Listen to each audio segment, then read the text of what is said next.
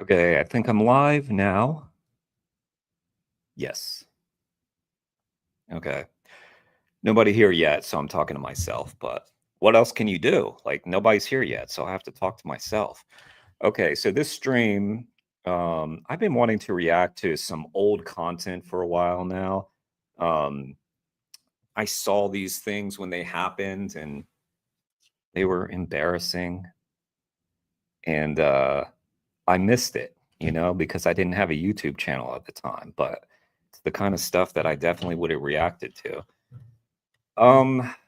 Yeah, so this is going to be a little bit dated. So the whole purpose of this stream is really just to hang out and watch some content.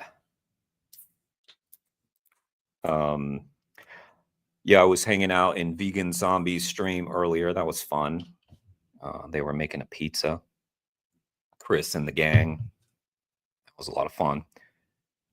That was interesting too because there was like a fight next door. So mid live stream, there was all this confusion and chaos. What was happening in the stream, nobody knows. But some kind of fight. Okay. Trying to ramble to give people a chance to show up.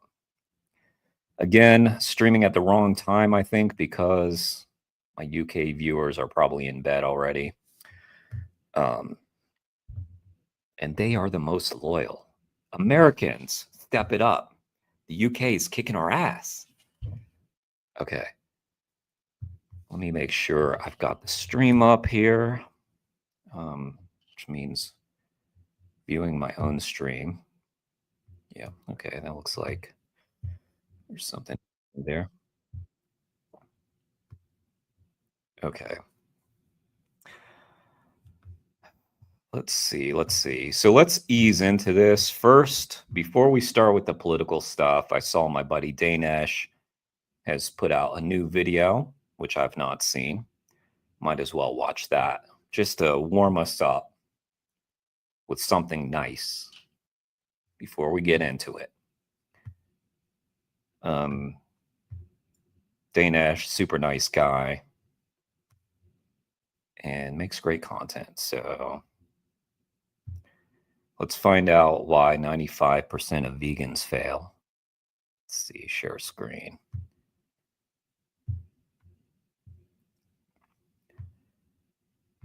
All right. Nice to see Danesh back in action. He had taken some time off, and now he's cranking them out. Good videos. Okay, let's see. Have you ever tried going vegan before, but just found it too hard to really stick with it? Maybe you were feeling low on energy or unsure of what you should and shouldn't eat. The good news is this doesn't have to be your story. Today, I'm going to show you why this happens and steps you can take to thrive on a plant-based diet. So first, we need to understand why it seems like so many people struggle to maintain a vegan diet and end up quitting. We've been told all our lives eating healthy means eating fruits and vegetables. They'll make you grow big and strong, help you with nutrients, and help make all your dreams come true. But that's simply not true. I've been having an apple a day for 5 years and Ines still hasn't texted me back. But the reality is, of course, fruits and vegetables are good for you. They're full of vitamins, minerals, antioxidants, and they're fundamental to a healthy diet. But they're also a big reason why vegans fail their diets. To understand why, we have to understand this. This, my friends, is the vegan car. Vegan car. Now, imagine you wanted to build this car. So you go to the car engineer and you say, I want to build the vegan car. And you bring them some headlights and you say, there you go. Can you build this thing for me? They'd probably look at you like you were crazy, right? Because they tell you there's so much more that goes into a car than the lights. There are the engines, the wheels, the frame. Like, where do you even get the idea that it was just the lights anyways? And as crazy as that sounds, that's exactly what people do when they try to eat a vegan diet. They think it's all just fruits and vegetables and completely ignore every other part of the balanced diet. So they miss out on really important key nutrients. Just like before we continue, just like the editing is so well done. Like, well done. Well done, Danesh. You're so good at this. I wish I had half your abilities to edit a video. Like, at that point, even I'm wondering where you get your protein from. And the thing is, the vegan car can be one of the smoothest, most enjoyable rides out there. But for that, you need all the right parts, not just the lights. So you're probably wondering what those other parts of the car are. So let me reveal the first one to you. And this might be the most important one. The first section of the car we're going to look at are the wheels of your car. These are going to be your legumes. This is what I would say holds the majority of people back who are struggling on a vegan diet. How's a car going to get anywhere without the wheels? Just as wheels support a vehicle's journey, legumes provide a foundation for balanced nutrition and energy. They're a powerhouse of essential nutrients like protein, iron, fiber, complex carbs, and they ensure that your body has the fuel it needs to keep moving forward. Without legumes, anyone following a plant-based diet would struggle to get the nutrition they need, which could lead to them feeling sluggish and quitting the diet completely. And just as wheels are designed in various forms to suit different types of vehicles, legumes come in many varieties. Lentils, chickpeas, black beans, kidney beans, and peas, all contributing unique nutritional benefits. They're versatile and adaptable, fitting seamlessly into countless dishes, from hearty stews and salads to dips and spreads like hummus. And this variety ensures a plant-based diet can be as diverse and enjoyable as it is nutritious. But there are two big reasons that stop people from eating enough legumes. The first one is gas. I had the gas problem too when I started eating more beans, but today, that's completely gone. That's because over time, my body got used to eating legumes. So add them to your diet slowly, and within a few weeks, you should be okay. The second big reason that stops people from eating legumes is they take too long to cook. And I agree. So I mostly eat canned beans. I think I just won my taxes. Oh yeah? I just switched from TurboTax to H&R Block. It was so easy. You mean The good news is they're basically just as good for you as legumes cooked from dried, and they're so convenient. But now, even if you have the wheels of the car, they really don't do much if you have nothing to move. You need, the frame of the car, the structure. So that's the next part of the car. That, my friends, is whole grains. A diet without whole grains is like a car without a strong frame. It might move forward, but it lacks the stability and endurance to perform at its best. Whole grains like brown rice, quinoa, oats, farro, and whole wheat provide slow-releasing energy that keeps blood sugar stable and supports digestive health. And just like legumes, they're also packed with fiber, which helps in gut function and contributes to long-lasting satiety, making them a critical component for feeling energized and satisfied throughout the day. And just like the wheels, car frames also vary in design to suit different vehicles. Whole grains offer a diverse range of flavors, textures, and uses to fit different dietary preferences and recipes. Whether you're enjoying a warm bowl of oatmeal, a hearty grain salad, or whole grain bread, these foundational foods provide the stability your plant-based diet needs to be both nourishing and satisfying. Without them, achieving a well-rounded and sustainable plant-based lifestyle becomes far more challenging. So now we've got the wheels and frame of the car. You hop into the car, It's a take a nice looking seat, vehicle. and fall into the metal frame, because at this point, you still got nothing in there. You're completely missing the interior of the car that you need to be able to use the exterior at all. So to fix that, you need to be eating nuts and seeds. Nuts and seeds to a plant-based diet are I think Danish would be a fun guy to hang out with. He just seems like very entertaining. And like putting these videos together seem like a lot of fun. what the seats and interior are to a car, providing comfort and support and essential finishing touches for a well-rounded experience. Just as comfortable seats make every journey more enjoyable and functional, nuts and seeds add nutritional richness and satisfaction to plant-based meals. They're packed with healthy fats, protein, vitamins, minerals. They elevate your diet with crucial nutrients that promote heart health, brain function, and satiety. Not only that, without the interior of the car, your vegetable headlights might not even work. The fats from nuts and seeds are going to be like batteries for your headlights. Without these fats, many of the nutrients from vegetables like beta carotene and vitamin K don't even get absorbed. Just another reason why only eating fruits and vegetables isn't enough. Now, incorporating a variety of nuts and seeds into your diet is like choosing the right interior features for your car. You personalize it to your needs. So whether you're blending cashews into a smooth vegan cheese, sprinkling hemp seeds over a salad, or simply enjoying a handful of walnuts as a snack, these small yet mighty ingredients ensure a plant-based lifestyle is not only functional, but fulfilling and enjoyable. Except, there is one interior feature that is non-negotiable and everyone needs to include. Otherwise, you might end up like Miley Cyrus. I was vegan for a very long time and I've had to introduce fish and omegas into my life. My brain wasn't functioning properly. Yep, this is going to Yeah, well, we remember that she had spent much of her life on drugs and is wondering why her brain isn't functioning properly and is blaming it on a vegan diet, right? Yeah. And fish, yeah, the magical cure that is fish, when you could just get the algae supplement for the omegas. Ugh. to be your omega-3 fatty acids, which are critical for many bodily functions. So your heavy hitters are going to be your chia seeds and flax seeds. But you can also get some omega-3 from hemp seeds and walnuts. But I'd make it a priority to get chia and or flax in every day. They're easy to add to oatmeal or smoothie bowls, and they each offer a unique set of nutrients. So Don't shy away from either of them. So for the next section of the car, we have to understand. Yeah, or you could get the algae supplement too, which is basically like taking fish oil, except minus the fish. So fish are getting it from the algae. Instead, we could just get it from the algae. And another huge disadvantage of fruits and vegetables. Even if you gorge yourself with carrots and kale all day, there's one What's thing up, Big Stream? Nice to see you. there's no way you would get enough of. And that's calories. Calories are to a plant-based diet what gas is to a car. Right. An essential source of energy that keeps everything in motion. And in the same way that a car needs fuel to move, your body requires calories to function, power physical activities, and maintain vital processes. Even things you don't think about, like breathing and digestion. Without enough calories, even a diet rich in nutrients won't provide the energy needed to thrive, just like a car with an empty tank won't get very far, no matter how well built it is. Now, choosing nutrient-dense calorie sources is really important. It's like selecting high-quality fuel for a car. That's going to ensure smooth, efficient performance rather than something erratic and unreliable. If you're fueling yourself only with vegan cakes, donuts, and pizzas, then yeah, it'll taste good, but you'll pay for it in the long run. In your car, it's going to break down. Whole grains and legumes are great, nutrient-rich sources of calories, but if you're someone who struggles with eating a lot of volume, there are some foods that are packed with calories for relatively little size. Nuts and seeds come to mind, and in their nut butter forms like tahini or almond butter, it's even easier to consume them. Avocado. Yeah, or peanut butter. Peanut butter, the common one. Those are also a nutrient-dense source of calories. Finally, I wouldn't recommend this last one as much since it's not nearly as nutrient-dense, but oils are an easy way to get more calories in a pinch. Now, we've got almost everything for the car, but we're still missing one crucial component, the motor. Without a motor, the car is going to be doomed to failure, and in a vegan diet, you're doomed without B12.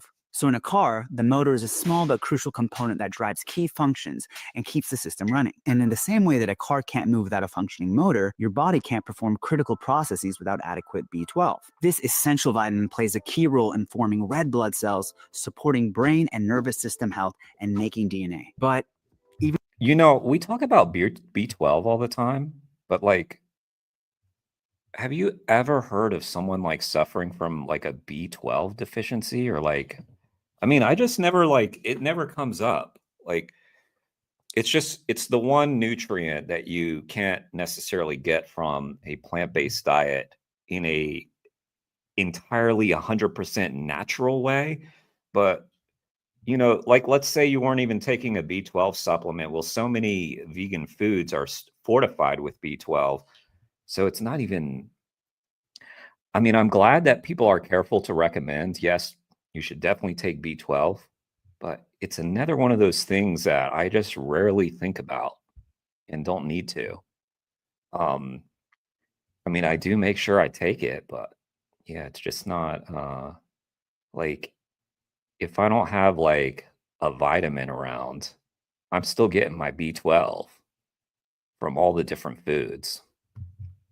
even with a diet rich in fruits, vegetables, whole grains, and legumes, a lack of B12 can cause the system to falter, leading to anemia, nerve damage, and cognitive problems. And unlike many nutrients that can be readily obtained from plant-based foods, most people today get their B12 primarily from animal products. And so that's why plant-based eaters need to be intentional about sourcing it through fortified foods like plant-based milks, cereals, nutritional yeast, or reliable supplements. So just like a car would stall without a motor, without a steady and sufficient intake of B12, you risk stalling many of your body's vital functions despite your best dietary efforts. The good news is, though, your body does a great job storing B12, and it can take years for a deficiency to show up. So you have time, but make sure you find a good source of this. Most vegans I know do a daily or weekly supplement.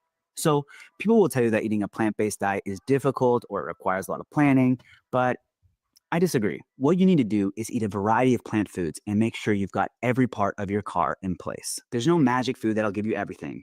And if there were, it definitely wouldn't be spinach. That being said, even longtime vegans struggle sometimes with finding enough protein. So check out this video where I talk about 10 amazing sources. I like spinach. What's the problem, Danesh? What's the problem with spinach? All right. Nice video, Danesh. Constantly impressed by his humor, his editing. He's very creative. And makes very accessible videos. I told him, so we had a conversation. He's one of the earliest conversations on this channel. And I was telling him about how useful one of his videos was for me, which was this story that he told about going to a friend's wedding and how when he had to fill out his dietary needs and stuff, and he put vegan, then, well, they ended up adding a vegan option to the entire menu, including for all the vegetarians, which was really cool because they said, well, we had all these vegetarians coming and then we had you coming, and we figured, oh, we might as well just make the vegetarian option vegan. It would be much easier. Well, I had a similar experience at a wedding, and I also sent that video off to my family. And I hope that they watched it. I'm not sure. I didn't get the feedback that I was hoping, but I did want them to see that just because I thought it was kind of cute that we had this like very similar experience. My family like did the same thing. Anyway, that was a great video. Okay. So I titled, what did I title this? Responding to political hacks. Flopping on veganism. So the first thing that came to my mind was this old video that, so I used to watch this channel, David Pakman. I found his takes to be really reasonable and well thought out until I looked up David Pakman vegan just to see what his takes were on animal rights. And damn, like, what do you do when you've thought, oh, someone's like very intelligent, and then you see them grappling with a subject they don't know much about, and then you see how the wheels don't really turn the right way? I lost a lot of faith in this guy. Okay, let me take Dinesh off the screen there. So, yeah, let's watch David Pakman. This is old now. Okay, I'm sorry, guys. I'm late to the game 2 years ago.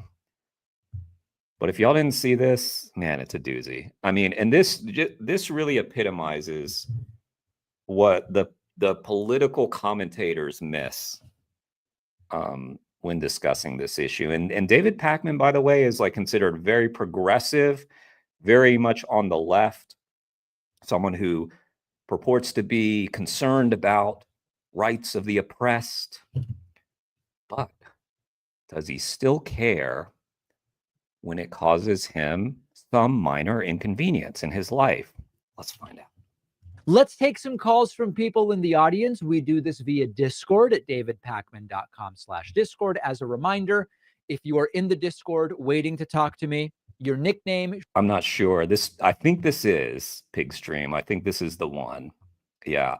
And I have a couple of them queued up and some other stuff. And then y'all, if y'all want me to react to something, send me things. Because I have a lot in mind, but they're all so old and other people have reacted to it. This one included, but I just wanted in on the fun. Should be your name and where you're calling from. Anything else, including name only or nicknames or usernames, you are unfortunately going to get skipped over. The requirement for the format is name, like, for example, Jay from New Jersey. Jay from Jersey. Is that Vegan Dragon? I think so. So many people find ways to disappoint us when it comes to veganism. Their brains switch off completely. Yeah, and David Pakman, who seems like a very smart guy, you're about to witness a brain shutting off. Among the Pines, good to see you. Yes, I was on the Vegan Zombie stream. That was fun. Yeah, and we were chatting over there. Yeah, Vegan Zombie, Chris and crew, they were making a pizza. And then there was all this commotion next door. There was some fight going on. That was pretty fun. That reminded me of like hanging out with friends at like a sleepover. You know, that's what it's like hanging out with those guys on stream. Let's go first to Jay from New Jersey. Jay, welcome. Hey, David. How are you? My question is, yes, how do you justify eating meat, dairy, and eggs? who do I have to justify it to? Already, just such a bad start. Who do I have to justify it to? Well, he asks, how do you justify it? So start with justifying it to your caller who called in, who you took his call. That's who's asking you the question, David. Well, me. When there's a victim involved, wouldn't you have to justify it to them? I don't know. is that if you perceive that there are victims, And there we have it. And there we have it, folks. This is the dismissiveness, the arrogance. We've already gotten his whole bullshit shtick obliterated within a minute of this video. This progressive guy on the left, always talking about the rights of the oppressed and standing up for those and standing against bullies and all this nonsense. Oh, are there victims involved? I don't know, David. What's going on in there? every victim gets an explanation. I don't even know what you're saying. Entitlement. Yes. Well, yeah. So like if you or someone decides to eat meat, dairy, and eggs, Yeah. and if animals are dying for that decision Yeah. that's being made over and Listen to the like this over dismissive, again, yeah. dying for meat, dairy, and eggs, Yeah. and if animals are dying for that decision Yeah. that's being made over and over again, do you feel like you could justify making that decision to that victim who has to suffer and die for it? Like, for example, when I have my cappuccino, could I go to a cow and say, tell the cow why I'm drinking their milk, for example? Well, it's such a dismissive way of saying it, but yeah. So this was 2 years ago. And from what I recall, and I mean, we could look below after the video, he got drugged by his viewers in the comment section, like humiliated. Most of his viewers saw the complete entitlement, as Felix said, and him completely whiffing this subject. But I mean, it's also just the tone. It's like the condescension.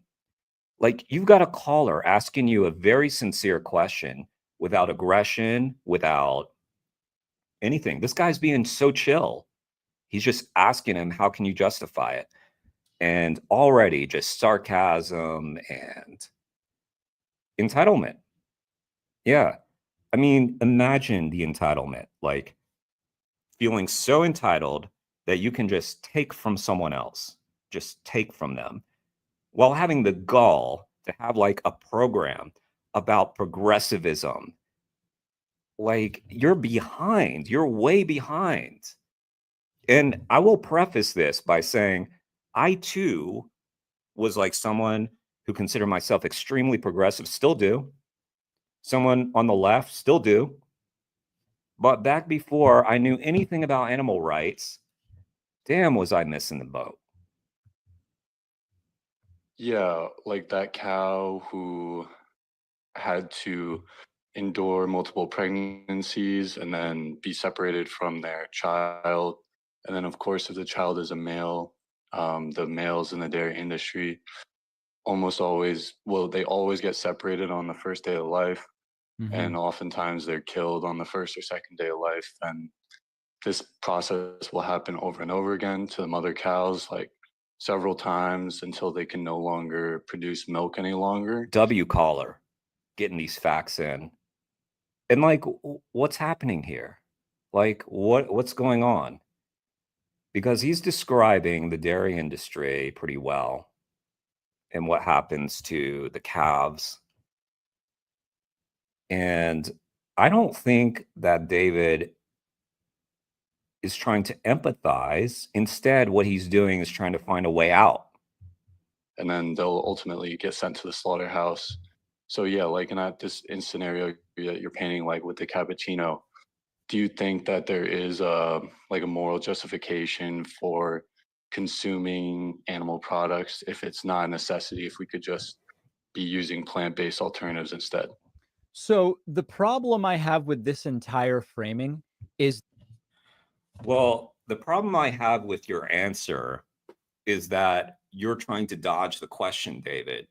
Instead of directly answering his question, now you're trying to rework it and say that you have an issue with the framing of the question, where all he did was explain to you the dairy industry because you dismissively asked him, oh, would I have to go up to a cow and ask them if it's okay because I had milk in my cappuccino? And I mean, like, God damn, like, I don't want to play into the right's hand, but like, how privileged do you want to sound when you're talking about this? God, this was so disappointing for me because I watched David and really did like his content because I thought he was sort of a voice of reason. And nope.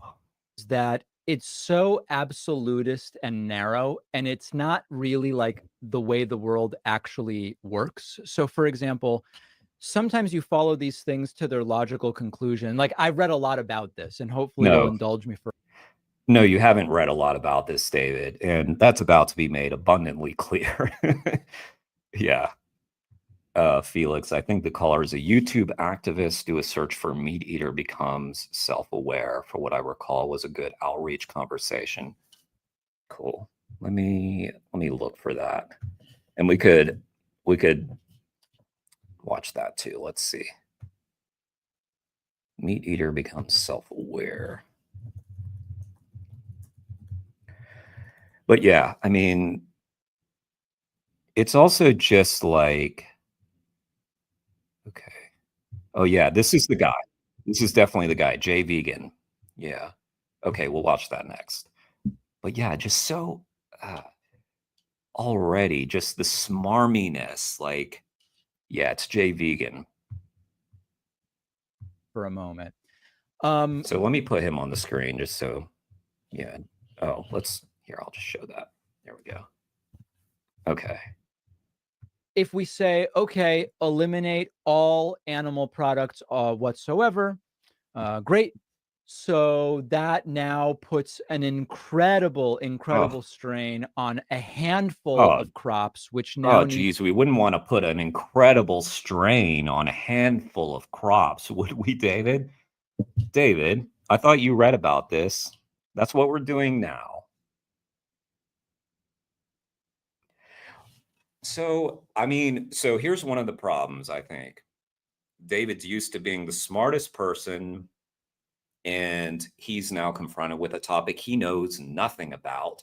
And instead of admitting, I don't really know a lot about this, you bring up a good point. I'm not vegan, but I should probably read up on it and look into it more. Thanks for your concern. I don't know what I would say to that cow, which, by the way, the caller didn't say, could you go up to a cow and talk to the cow? Like, like this title too, vegan caller confronts me, wants me to talk to a cow. So the problem here is a lack of humility, because David very easily could have said, look, I don't know much about this.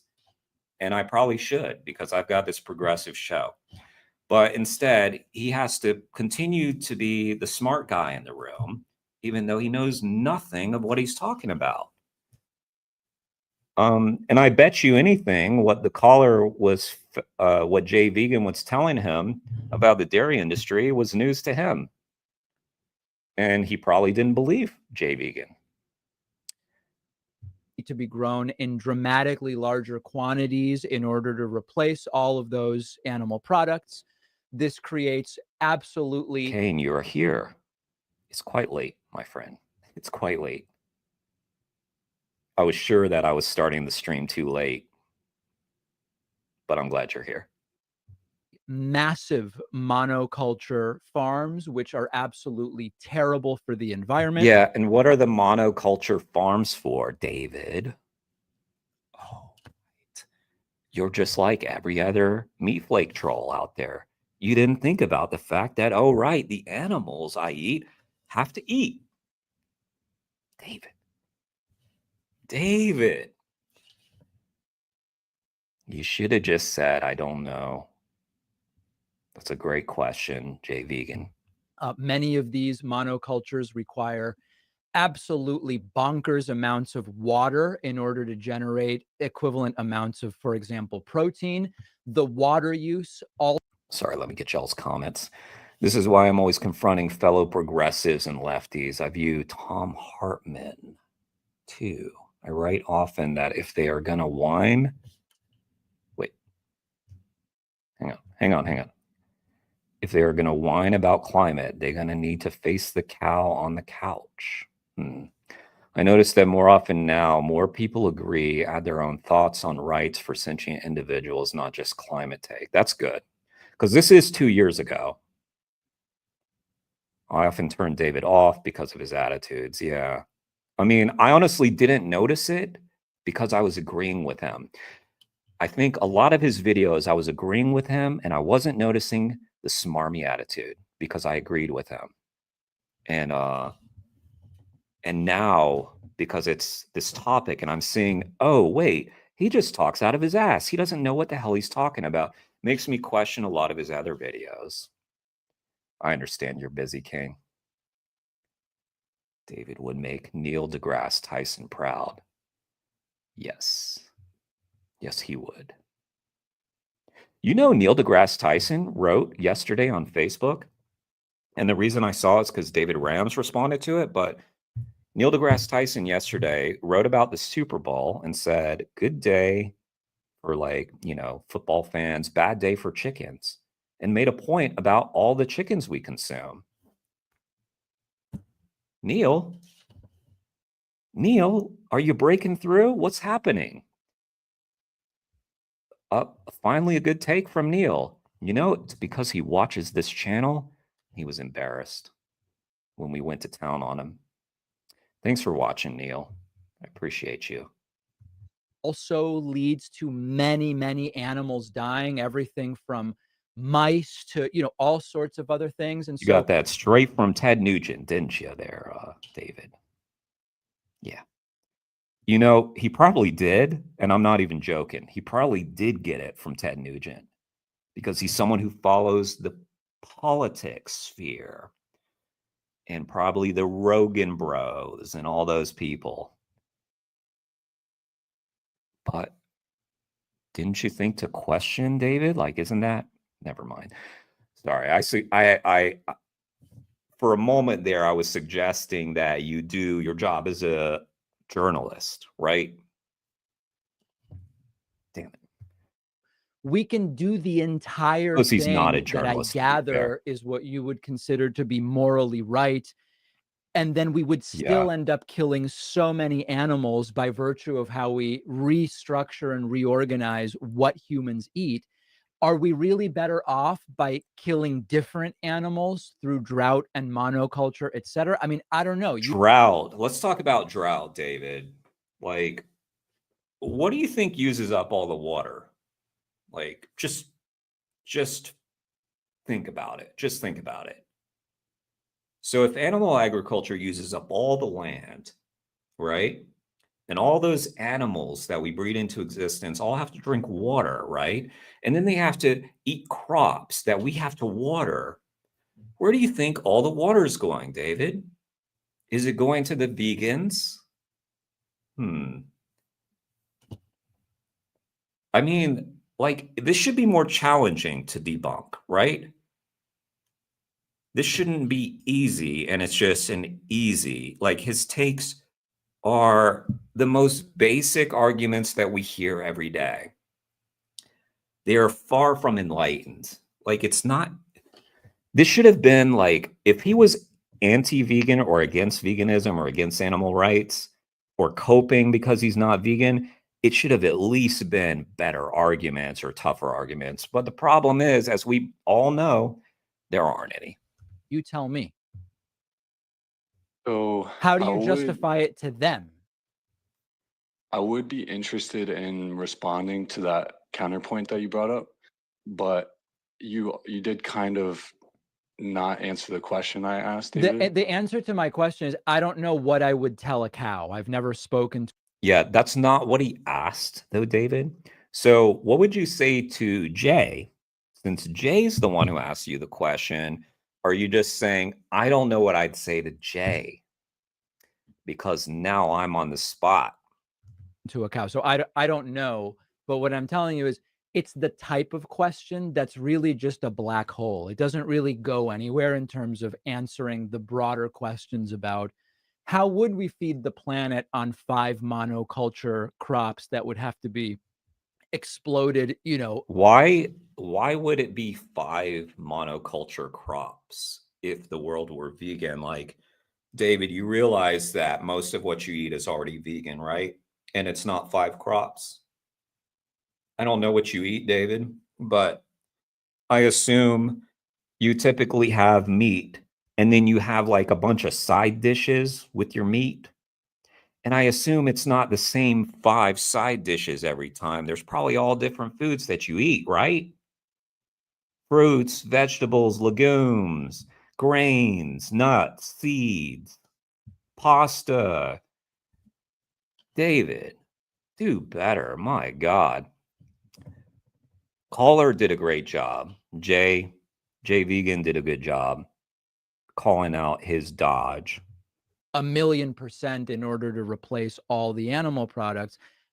You're not answering that question to me, which is okay too. Okay, What well, I'm telling I you is could your answer it. framing is arbitrarily narrow and sort of myopic. No. Well, No. His question was simply direct, David. And why you're calling it myopic is because in your narrow lane, you don't see an answer to this. You don't have an answer to this because the only answer that you can really honestly give is I don't know. And maybe I'm being selfish or I haven't looked into this much. But for some reason, for David Pakman to admit he doesn't know something is really, really hard, which is strange, honestly, because having a little bit of humility and admitting we don't know something, I think to our viewers, it goes a long way. It shows a bit of honesty. I don't know. Like, for instance, okay, y'all hit me with a question I don't know. I will tell you I don't know. I'm not going to dance around it and be like, well, I read a lot about this. Trust me. Like, you can't say you've read a lot about something that you haven't read a lot about because you're going to instantly embarrass yourself. I mean, maybe David read a lot of like pro meat blogs or something, and that's what he considers reading. Because that's kind of the argument that he gave was kind of like straight out of the Joe Rogan playbook, huh? Can respond to that counterpoint that you're bringing up. Okay. But I do want to say that, about the meat, dairy, and egg industry, like it is like terribly, terribly cruel, the standard practices of meat, dairy, and eggs. So Yeah, I don't I'm with you right that's there. I'm with you right there. The standard practices are horrible. What I do is, Oh, okay, great. I eat very little red meat, for example, and when I do, I try to know exactly what farm is it coming from. guys, sorry. I apologize. I forgot that David's actually a hero. I forgot. Sorry. I didn't remember that part of this video that he tries to limit his red meat intake. And what else did he say? Sorry, I was being, floored by the heroism of David Pakman just now. From where I could drive and see what are the conditions. Oh, right. Something you think definitely that, like, do. for example, Something you definitely do, by the way. Yeah, you definitely like go and you drive to the farms. Yeah, everybody does this, right? I need to see the conditions. This is not something meat eaters do, okay? Let's just put that to bed. I never did that. People don't do this, okay? It's not something that is done, okay? Like, you may have driven around in a rural area and been like, huh. Okay, you're not doing that because you're like, wait, this product at the grocery store that I'm about to buy, I need to make sure that those conditions are just right because you don't know where that meat came from. And like the few times that I like bought meat from like a high welfare place, one, it was like super expensive. And yeah, I thought I was like doing a great thing, but it's not what I did day to day. I couldn't do that day to day.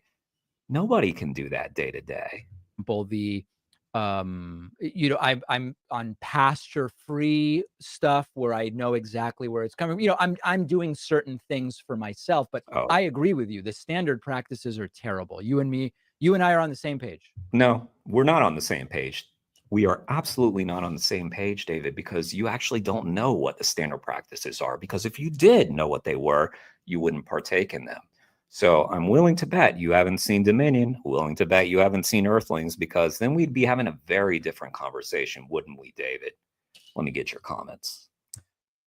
I am sure I've commented on his lives before about geothermic greenhouses, food forest, diversity cropping, water reclamation, and in-ground saving methods like swales. That I don't know about. I mention this often. Pasture free. LOL. Indeed, LOL. Yes.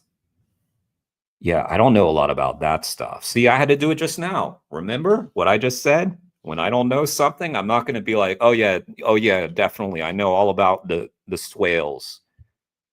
No, I've never heard of it. I don't know what that is. But trust me, I've read a lot about it. I've read a lot about that. So what I can tell you, NILF is here, guys. No injustice lasts forever. The caller made the mistake of bringing up language that insinuates that the welfare is a problem. Yeah, I agree. He did kind of talk about the welfare. That's why he immediately starts to agree with him. Should have made it simply about exploitation. Yeah, I agree. But, you know, David seemed ignorant of everything. So, yeah, I do agree that that was kind of a mistake, but still kudos to him for calling in and exposing David. I mean, what this really did was expose David's hypocrisy, his blind spots, and his lack of humility. And it really calls into question how he approaches other topics.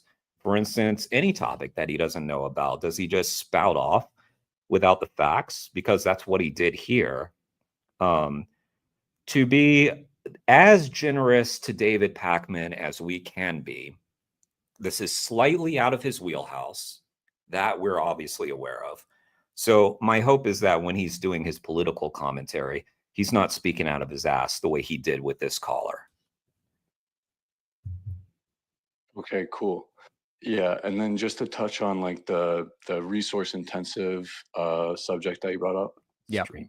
So actually, when you really look into the amount of resources required that it takes to produce, like raise livestock and breed these animals and then raise them to slaughter weight for meat and then also for dairy and eggs, when you look at how much water and crops and resources are needed for all these different kind of animal products, Yes. it is just like unbelievably intensive on the environment. And You're just absolutely right. waiting You're and growing absolutely these right. crops, like if Okay, so a small kudos to David for at least not talking over him until this point.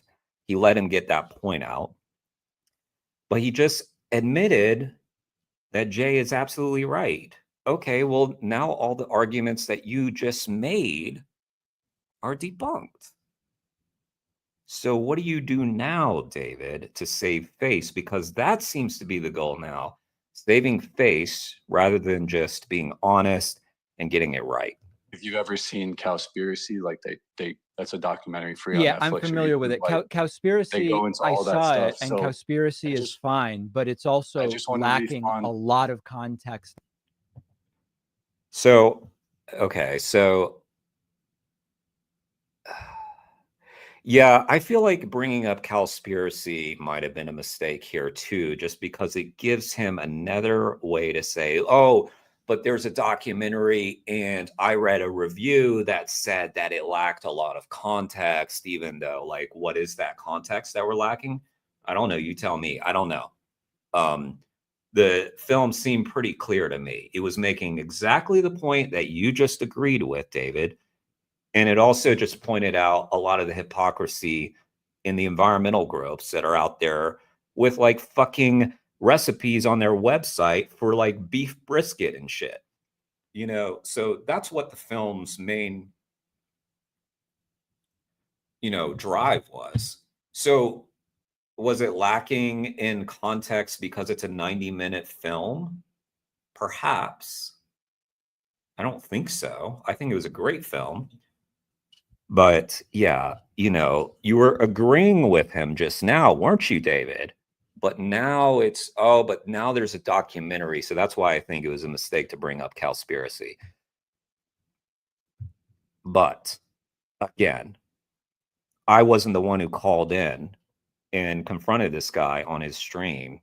And Jay's done a pretty damn good job. So props to Jay.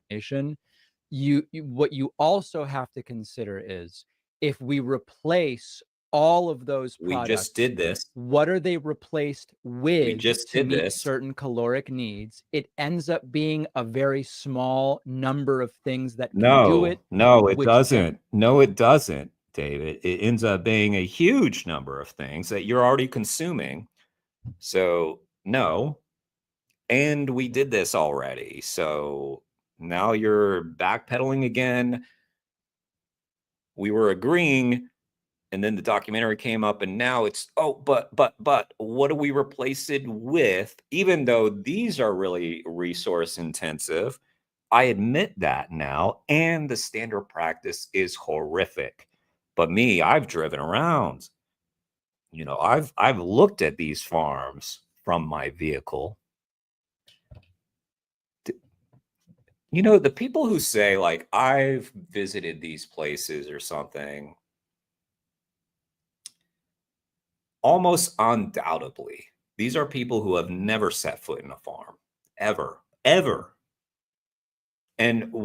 if they did, it was like some like thing that's like open to the public, that so it's obviously what they want the public to see and not what they're actually doing.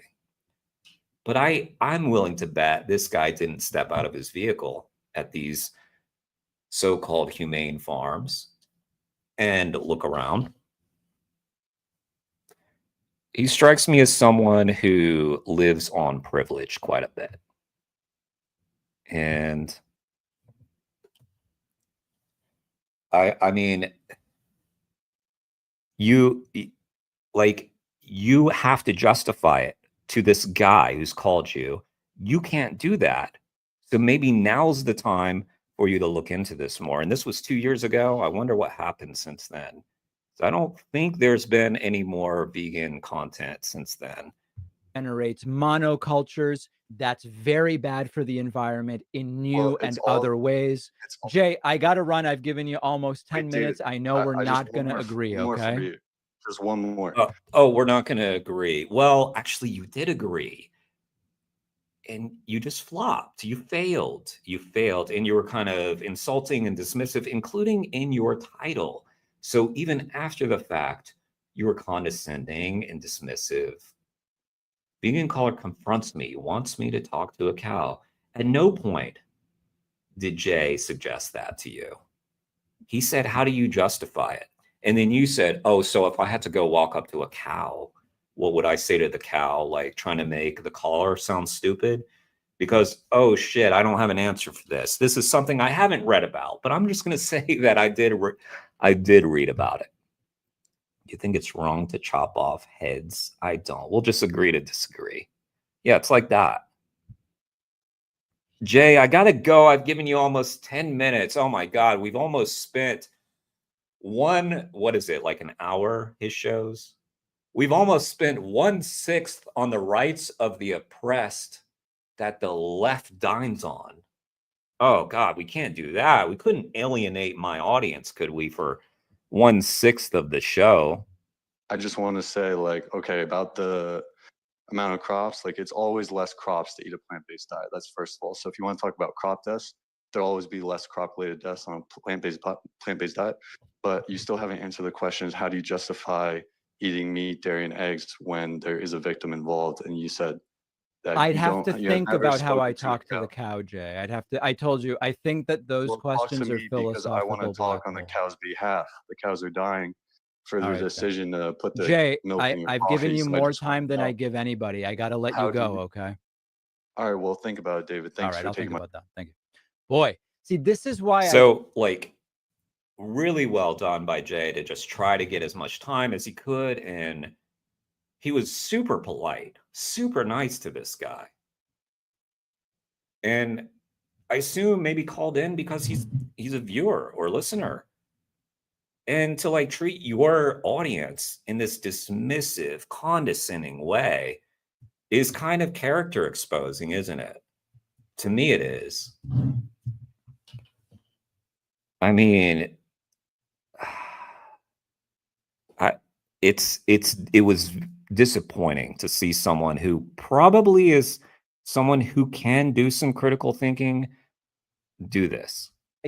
When I saw the user was Jay Vegan, I almost got away from it. And that, even that comment, when I saw the user was Jay Vegan, I almost, those vegans, they're too far out there for me. Progressive, liberal, leftist David Pakman.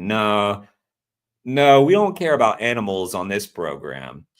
Fucking hell. But I do regret that. I do regret that. As many of you know, I'm a busy person. I do regret that. Okay, before we go to Jay Vegan's video, I did pull up this other one that says caller unleashes anti-vegan attack. It's also on David's channel. And this is just a few minutes long. Let's watch this, then we'll watch Jay Vegan. I'm curious what this one was. I probably have seen it, but let's see. Okay, let's see what he has to say. We have a voicemail number. That number is 219-2-DAVID-P. I think he did. I got a voicemail asking for me to debate a vegan. And overwhelmingly, people have said, David, don't do it. No, they for haven't. A whole bunch of different reasons. Even No, they definitely have not done that. People would have loved to see that. I really doubt the sincerity of that comment. So even the anti-vegan trolls, I think they would have been like, yeah, dunk on the vegan, right? most of the vegans who wrote in said, David, don't do it. I think he's dishonest. Wait, what did he just say? It's just pointless for a whole bunch of different reasons. Even most of the vegans who wrote in said, David, don't do it. It's just. No, they didn't. Unless you've got a ton of pick-me vegans in your streams. No, they didn't. The vegans didn't say, please don't. No, don't debate the topic that I care about. Definitely not. I've seen you flop and flail about veganism, but definitely don't engage on that topic, because we would not want the left, Democrats, progressives, we wouldn't want them to start caring about animals, would we? We wouldn't want that. That definitely did not happen, David. So he's just dishonest, isn't he? Like, it's possible he got a few comments like that, but like most of them, come on. David, I used to watch you. It's pointless. Here is someone who called in, not only saying don't debate the vegan, but also saying really negative things about vegans and vegetarians. Take a listen to this. Hi, this is Sarah from Prior Lake again. I thought of another comment after a bit with people who go for a vegan or vegetarian diet. They're not helping the planet much, I don't think. Wait. Because, of course, their foods aren't right from their area, but they're coming from all parts of the world. The nuts are being transported probably. So if we're talking about food-based emissions, and again, I'm not a scientist, but I've seen that it's like something like 4 to 6% of food-based emissions come from the transport of that food. So we're talking about a small percentage, meaning if you had a beef cattle farm right next door to you, and that's what you consumed, that would be worse than getting the potatoes shipped from across the world. But this is fodder for David, isn't it? So let's see what he does. All the abolitionists agree they don't want to talk about slavery on this show. Yeah.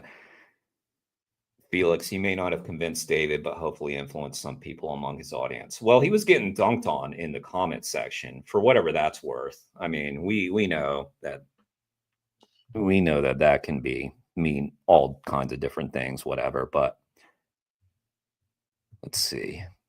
But I mean, so if David's read about this, he would have known what I just said. But of course, he didn't know this. And I assume he's going to use that against the vegans. And this is kind of another smarmy way, I think.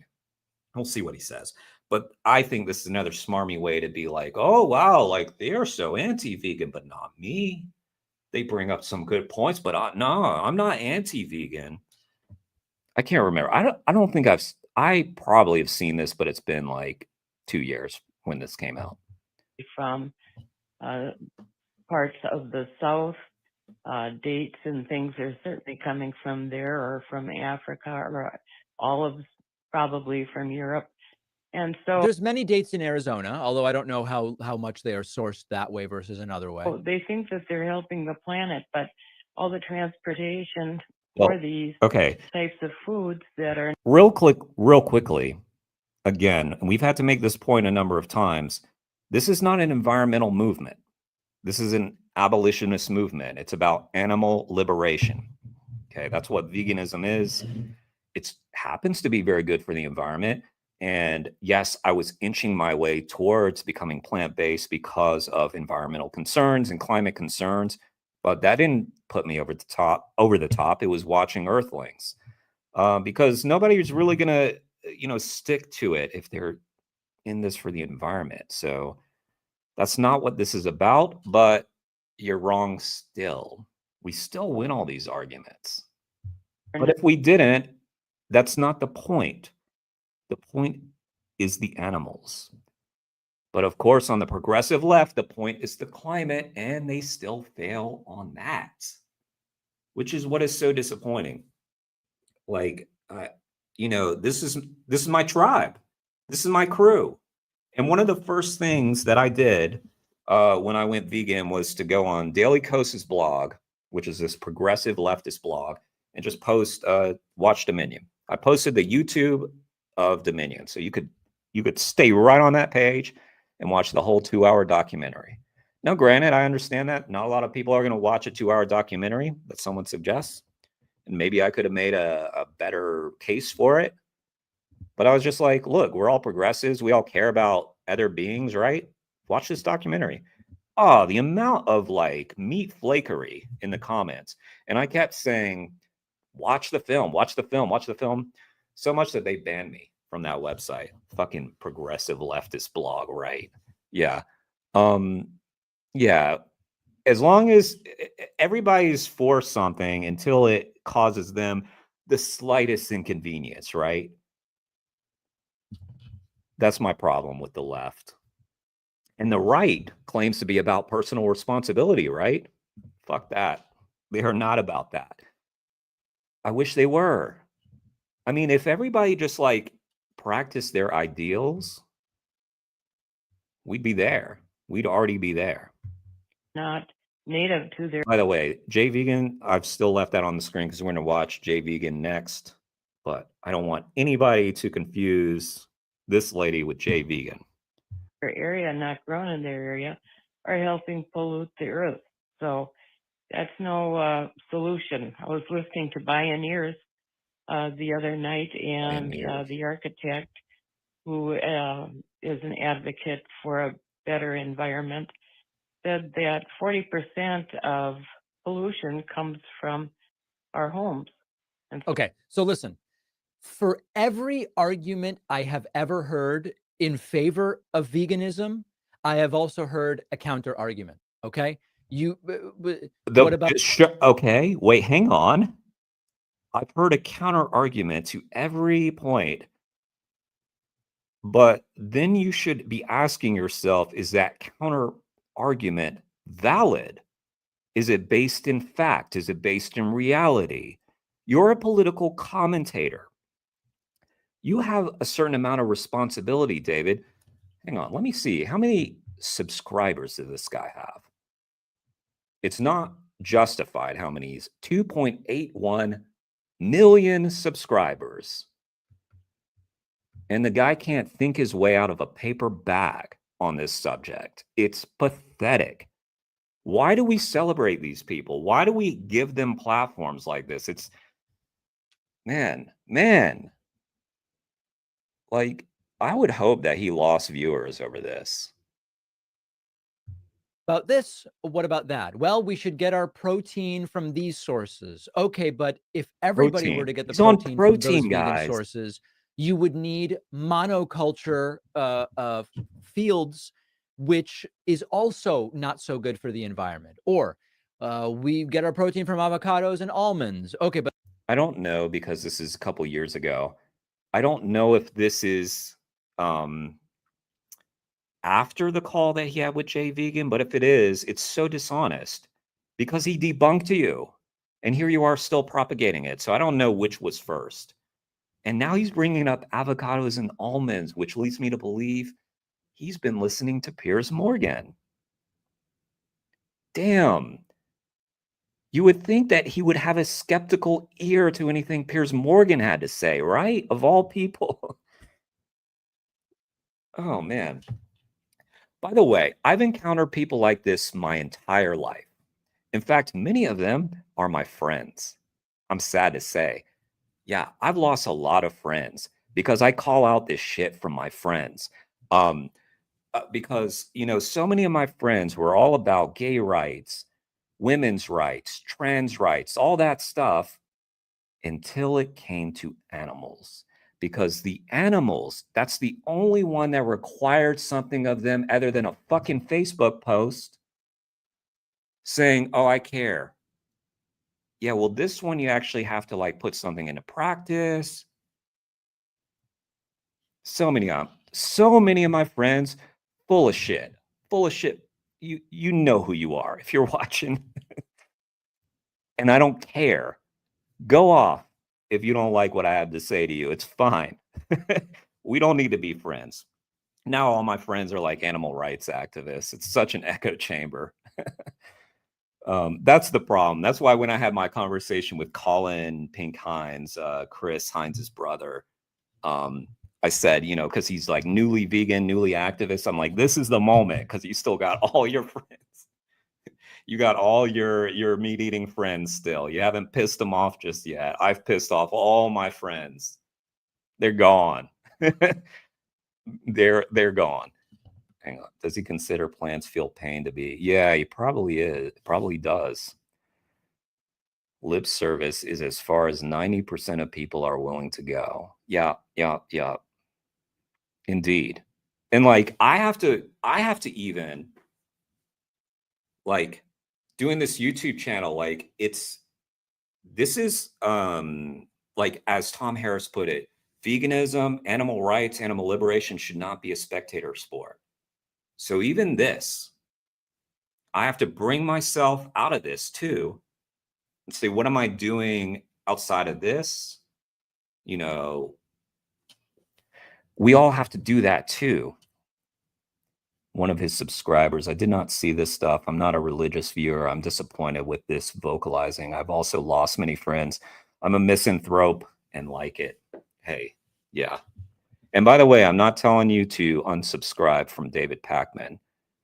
Hopefully you can engage with him as one of his subscribers and bring this to his attention that, damn, like you had some like failed takes 2 years ago. I hope you've evolved. But maybe Rabbit, as one of his subscribers and one of his viewers, maybe you could call in, or, I mean, I'm not saying you have to or you should, but you might have more of a chance to speak to him on his level because you've been watching his content to some extent. I don't know. I have not. Once I saw this, I unsubbed. I was done with Pakman. Because to me, this is the big moral character test. And if you fail this test, why would I listen to him on any other thing? Why? If you fail this badly in your life, if you fail this badly to engage with a hard topic, then why would I want to listen to anything you have to say? I wouldn't. I'll get my political news elsewhere. I really like the Midas Touch Network, if you guys know that one. I don't think they've ever engaged on this kind of stuff. They're just a little more focused, in my opinion. I'm sure they have some cringe takes too, but I've never seen it this bad. I like them. I like Brian Tyler Cohen.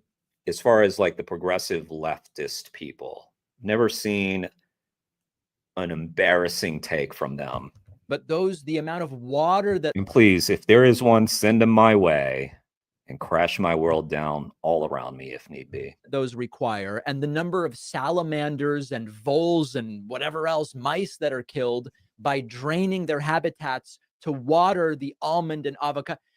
Here's my view Almonds on this. and avocados. We're not going to host a debate on this show, but my view for a long time has been what we have really good evidence for is that for health reasons, limiting intake of meat and especially trying to get your meat intake from leaner meats, right?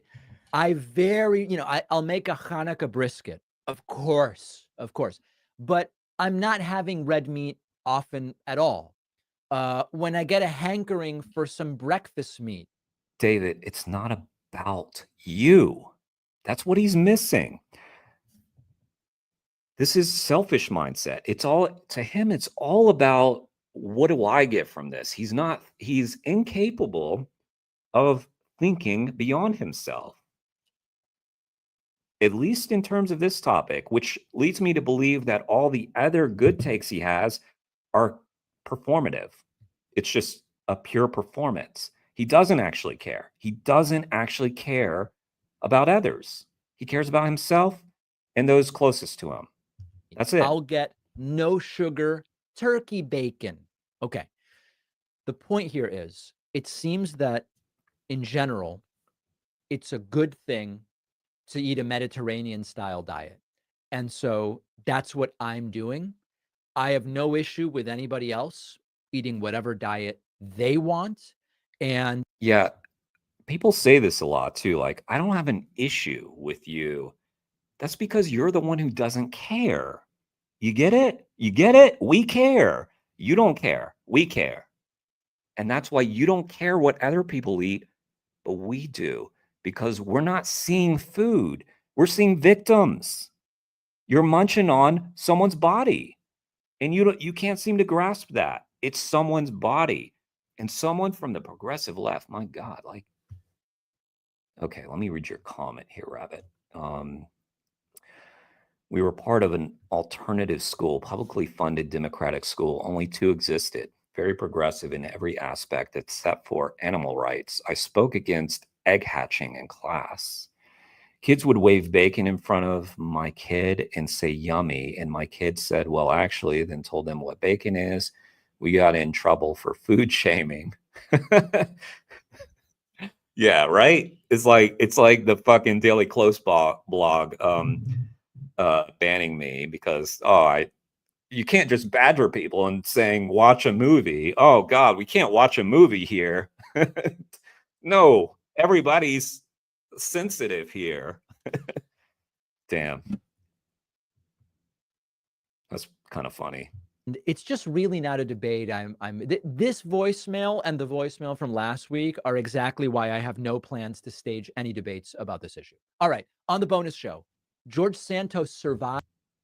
On the bonus show, I'm gonna go into performance mode and talk about how I really care about George Santos. Yeah, but no, you don't. You probably don't. Okay, let's watch Jay Vegan, since I've had him up on the screen for that whole thing. Poor Jay Vegan's like, I'm not part of that. Don't make me part of that. All right. Okay, let's see.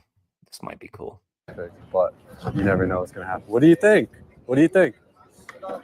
Yeah, what do you think about this? Not the biggest fan. So you don't think animals deserve to be killed, like Yeah, definitely. Same voice and everything. for food and stuff? Like, what do you mean by like deserved? Like they like did something to us? to Well, deserve it? I say they deserve it because they taste really good. Okay. So like, if they didn't want What does it say? Burned, electrocuted, cut is all fine with me. Animals deserve to be killed. to be killed, they shouldn't be so tasty. Mm. What do you think about that? Okay.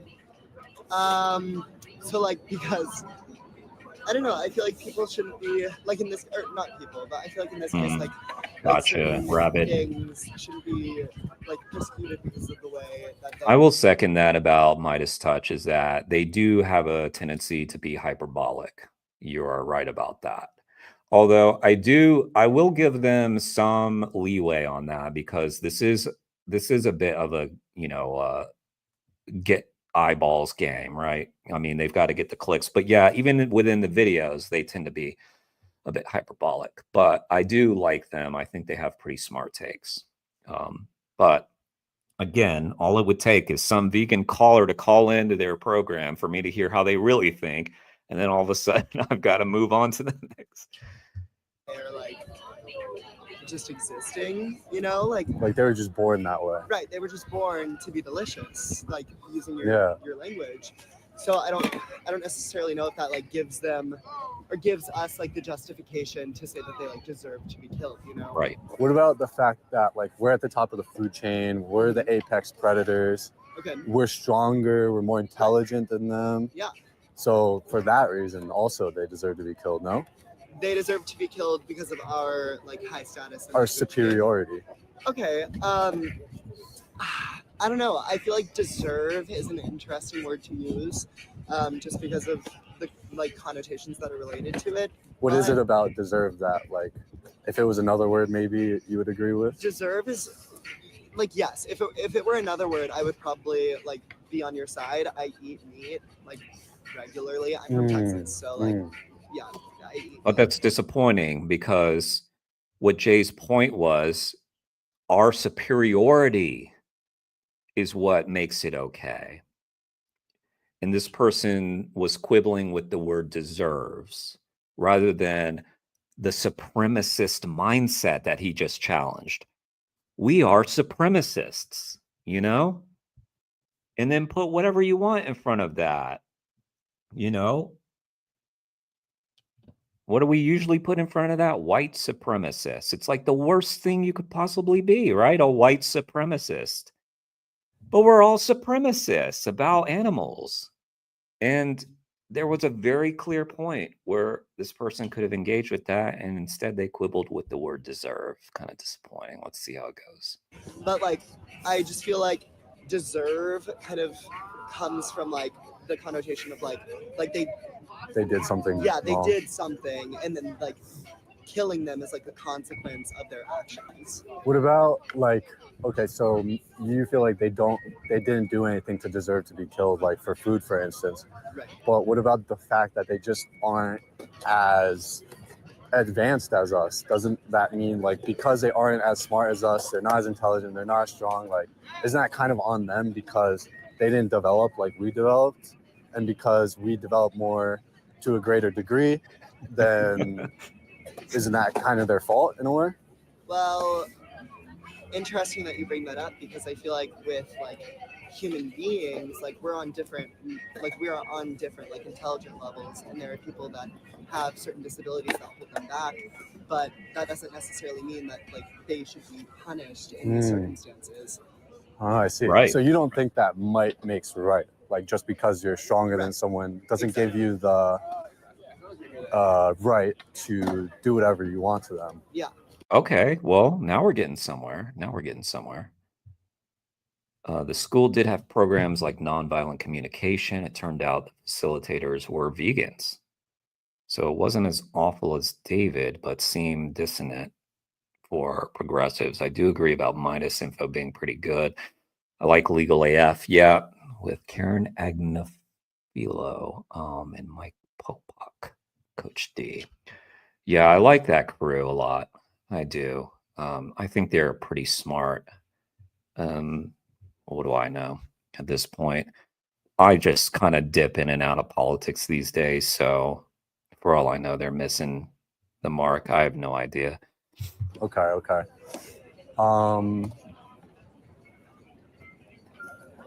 That's a good point that you make there, actually. Yeah. And I also feel like natural selection, survival of the fittest, like things to do with like food chain and food pyramid, stuff like that, like I feel like a lot of that has changed over like the past, like throughout the history of like humankind.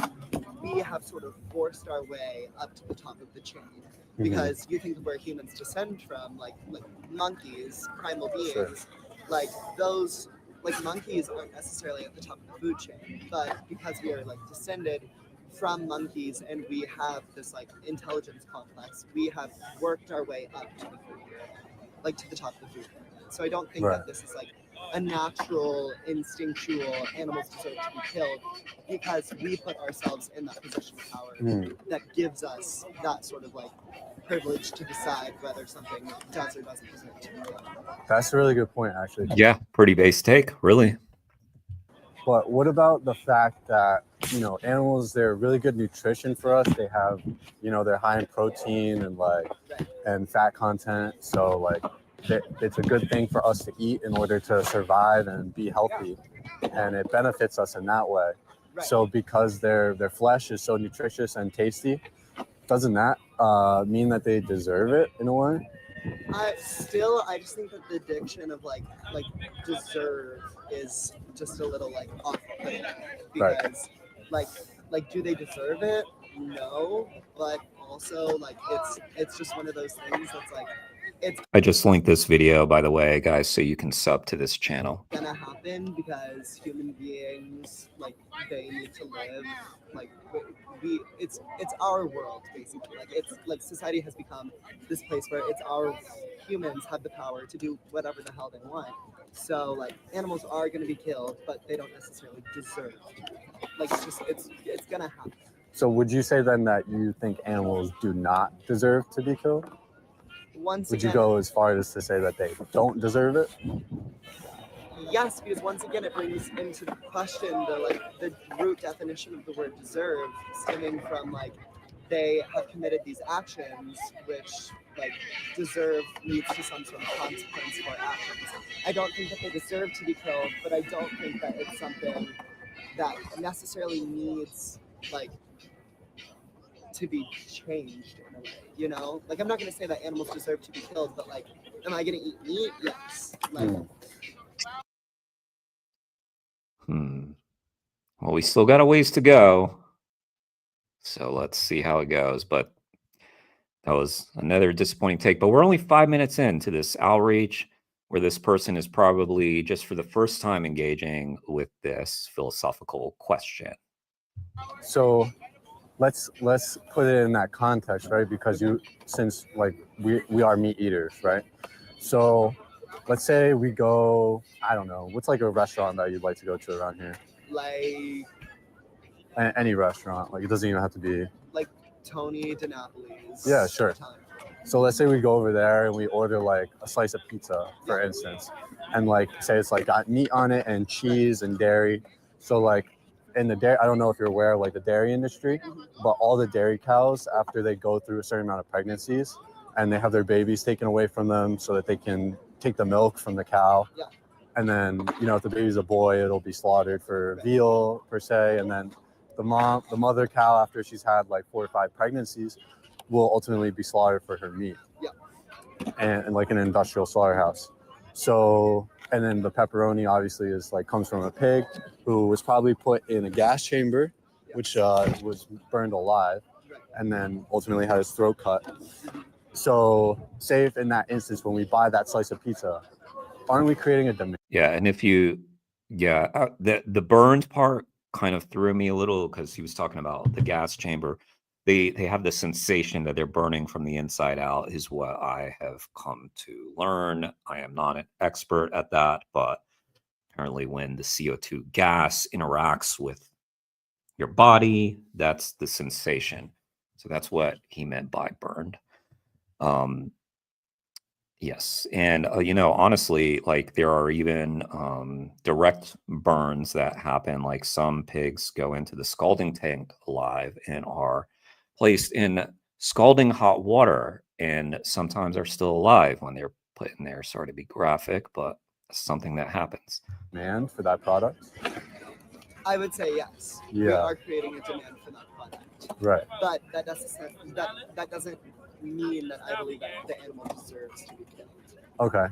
So when we create a demand for a product, it's almost like we're asking for it to be reproduced again, right? Because we're creating that demand. So it's almost like when we give the money for an animal product that animals have to die for, whether it's meat, dairy, eggs, honey, leather, wool, fur, whatever, then it's almost like when we give our dollar over to whoever it is, it's almost like we're cutting the animal's throat ourselves in a sense. It's almost like we're the ones killing them. So let's put it in this context. Would you think it would be strange of me if I said, like, all these people here, like, you know, they haven't done anything wrong to me. I don't think that they deserve to be killed. But then like with one hand I say that, and then at the other hand, let's say I took out like a weapon and I started killing people. Right. Would you say there's a contradiction in that? I would. I would say Yeah. that there's a contradiction in that. Why? However, Why is that contradictory? it's you're right. No, real. But also I feel like kind of backtracking a little bit as well, I feel like the issue there isn't me purchasing a slice of pizza. I think the issue is the unethical ways in which animals are killed. And then also like American consumption as a whole, because consumers Okay, that's good because that's sort of on the theme of what we're talking about. We're talking like societal systems, politics. So this person's sort of appealing to, you know, I don't have a part. Like I'm not the one to blame for this, even though I'm paying for it. I'm giving these corporations my money. It's their fault. It's their fault. Everybody's fault but me, you know? Which no, sorry. Like we have a role to play in this. Regardless of whether a systemic change will be the bigger change that we need, and of course it will be.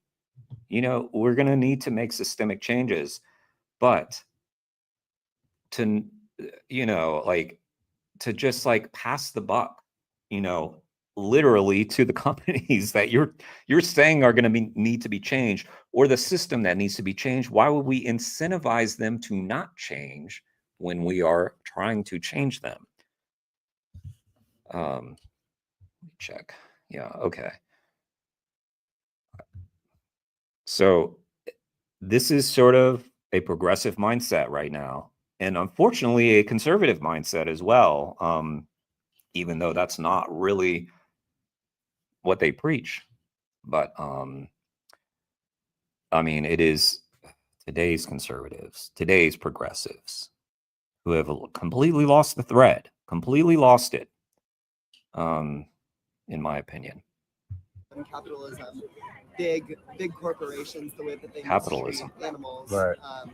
It's terrible. That's it's I terrible. can't go vegan because capitalism. Wrong. So many of my friends, including in this chat right now, a lot of people in this chat are vegan and anti-capitalist. You can do both. And I feel like that's where a lot of the issue lies. It's not necessarily Yeah. what I believe that is like gonna change the way in which this happens. Yeah. Unless I have a platform to like vocalize that. Yeah. And like reach people for that. Well, okay, that's a good point though. So, first of all, to have the platform to reach people about that, you would probably want to be that, right? So if you're so I mean the logic here. So like, yeah, if you wanted to like promote ending these industries, but yet you are someone who pays these industries, do you think people would take you as seriously when you start a channel or something and try to have a platform? And I mean, look, Jay's out there. This is Jay's platform. He's got a poster. Doesn't take much. And now Jay's got a YouTube channel, of course. And I don't know how old this is, but let's see. Let me look, actually. But anyway, let's see. 346 subscribers. That's 346 people that he can reach with this message. And of course, the videos go beyond that. And this was made a year ago. So Jay's got a platform. And you could do the same. What's stopping you? But I mean, who's going to take you seriously if you don't also practice what you preach?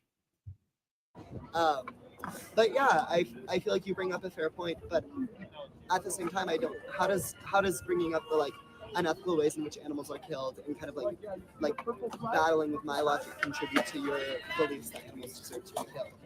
Okay, so okay, sorry, my brain is not working really well. Okay. You and me both, Jay. You and me both. It's that B12, you know? Okay, so damn, I was just talking about the B12, saying I don't take it seriously, and it's causing me issues, guys. I got the brain fog. Got to go eat an egg or a fish, guys. Y'all know me. I got my edamame wasabi. Of course, I do. ethical. I'm good to go. I'm good to go. You said it's not really ethical what's happening to animals, say in a slaughterhouse or a factory farm. Is there an ethical way to kill an animal? Like if it enjoys its life, if it doesn't want to die, if they resist having a knife put in their throat, is there an ethical way to kill someone at all? Oh, right. No, I don't believe in like. No, it's okay. And then I want to respond to something else. Good answers. Good answers. Honest. I like this person. You said, which is like, okay, it's a big problem, but it's more than just one person, right? So it's also this big system. Yeah. But if we contribute to it, then aren't we part of that system? We are a part of the system, but the ways in which capitalism is constructed, it's like if one person isn't a part of the system, like if one person doesn't contribute to that system, it's not going to change much because. Right. That's why you're one of the people that doesn't participate. You're not the only one who doesn't participate. Jay doesn't participate. And then most of the people in my chat, I'm sure, don't participate. It's 7, 8 people, whatever. They don't participate. You could not participate. And as you've alluded to, you could have a platform and start reaching out and trying to do activism and change more people and try to work the system. And if your focus is systemic change, maybe you wouldn't do what Jay is doing right now, because Jay's focused on individuals. And fair enough. Like maybe you would rather work on ballot measures or pressure campaigns and try to make those systemic changes, which I bet Jay believes in very much as well, too. By the way, that's another, I just want to point out, because I sort of straddle all these different worlds in the animal rights movement, I feel like, and there's some battling between these different forms of activism. I just want to say a lot of the people who do this type of activism also do the other type of activism and vice versa. So just want to point that out. Yeah, okay. There's a vast majority of consumers who are still like if you stopped eating meat, it would still go on and it would still happen, right? Okay. So let's take that and put it in a little bit of a different context. Let's say, do you think, so I'm going to call it an injustice. I hope you don't take issue with that term. Do you think it is an injustice, like what these animals are being put through? Honestly, yes, I would consider that. Okay. Okay, great. For sure. So if it's an injustice, what's happening to these animals, let's take another type of injustice. Like say, for instance, child abuse. Would you say that child abuse is also an injustice? Okay, so let's say I was standing here and I'm a child abuser, right? I like that. And you're standing here and you're saying like, okay, or someone says, hey, child abuse is wrong. Like, stop doing that. Like, stop hitting your kid or whatever. And I was like, whoa. Hey, pal, like, you're being really self-righteous coming up to me and telling me like how to live my life. And you know what? Even if I stopped hitting my child, all these other people out there in the world, like they're still going to continue to beat their kids. Yeah. And, just because I stopped beating my kid, it's not going to change anything. How would that sound to you? That's really interesting. But at the same time, it's, you have a fair point, but I also feel like the variable that's missing here is like capitalism, like the United States economy and consumerism, because yeah, but you're a part of that. And right now, I mean, the whole thing about like, okay, I am not an economist, but it's a way of voting with your dollars. Okay, I am aware that buying vegan food alone will not make this change. That's why I do activism as well. But why would I give money to the industries that I'm trying to change? You understand? Like, so for instance, okay, unless they're making vegan products, like for instance, like Hershey's put out the Reese's cups, right? The plant-based Reese's cups. That's where you vote. You say, I want the vegan product. Make that more widely available. I don't buy your milk shit. I buy your vegan shit. It's capitalism. Do you have absolute control over these companies? Of course not. But this is the power you do have. So why not exercise that power and then try to go beyond that? As you pointed out, there are limitations to that power. And that's where activism comes in, where you try to change others, you try to change systems. What's stopping you from doing that? And really, with this person, it's just because they haven't engaged with this topic very much in the past, and they seem to be engaging with it very honestly right now. And I think they're going to get it, but I don't know. But I do like how they've approached it so far. Like obviously child abuse like that perpetuates a cycle that continues on generationally, but with like if I were to go and purchase like meat and like I were to like if I were to stop that purchase and like not eat meat anymore, like because of the ways in which American consumption happens and the like mass production of meat products, like it's the meat is being made and the meat is being laid out in front. And if I decide to walk past the meat aisle is still going to be purchased by another consumer. Yeah. Not necessarily. What? This is a weird mindset. Like, so one, you're missing a part of the piece of this puzzle too. It's not even just a boycott. You're also going to buy something else. So you're putting your money towards something else. So you're rewarding some company and disincentivizing another company. So it works hand in hand. There's two things happening at the same time. And also, no, that's just not correct. So whether or not that individual purchase doesn't get made, whether that affects whether they order more beef or whatever, sure, it may not affect it this time. It might affect it the next time. It might affect it the time after that. I've had someone bring this up to me that like, I don't remember the number, but there's like a 1 in something chance, right? And I don't even want to say it because I don't know its accuracy, but let's say it's that chance. Well, then that means that the one chance that you go there out of however many times you affected that production. And if you don't take that step, then you affected the other way that amount of times. So why would we do that? The anti-capitalism thing, like the argument that we can't change the system because it's a capitalist system is just nonsensical. Like, you have power in this system, and too many of us feel powerless to act within that system accordingly. And again, I'm not saying it's the only thing that we should be doing, but it's the bare minimum. It's the baseline. It's the easy part. This part's easy. People like build it up in their head that it's hard. It's not hard. Yeah. And look, if people think that that is too much of a barrier for the general populace, I don't care. Like, I'm going to put out this message, okay? That's what it should be, okay? The general populace needs to fucking, like, grow a pair.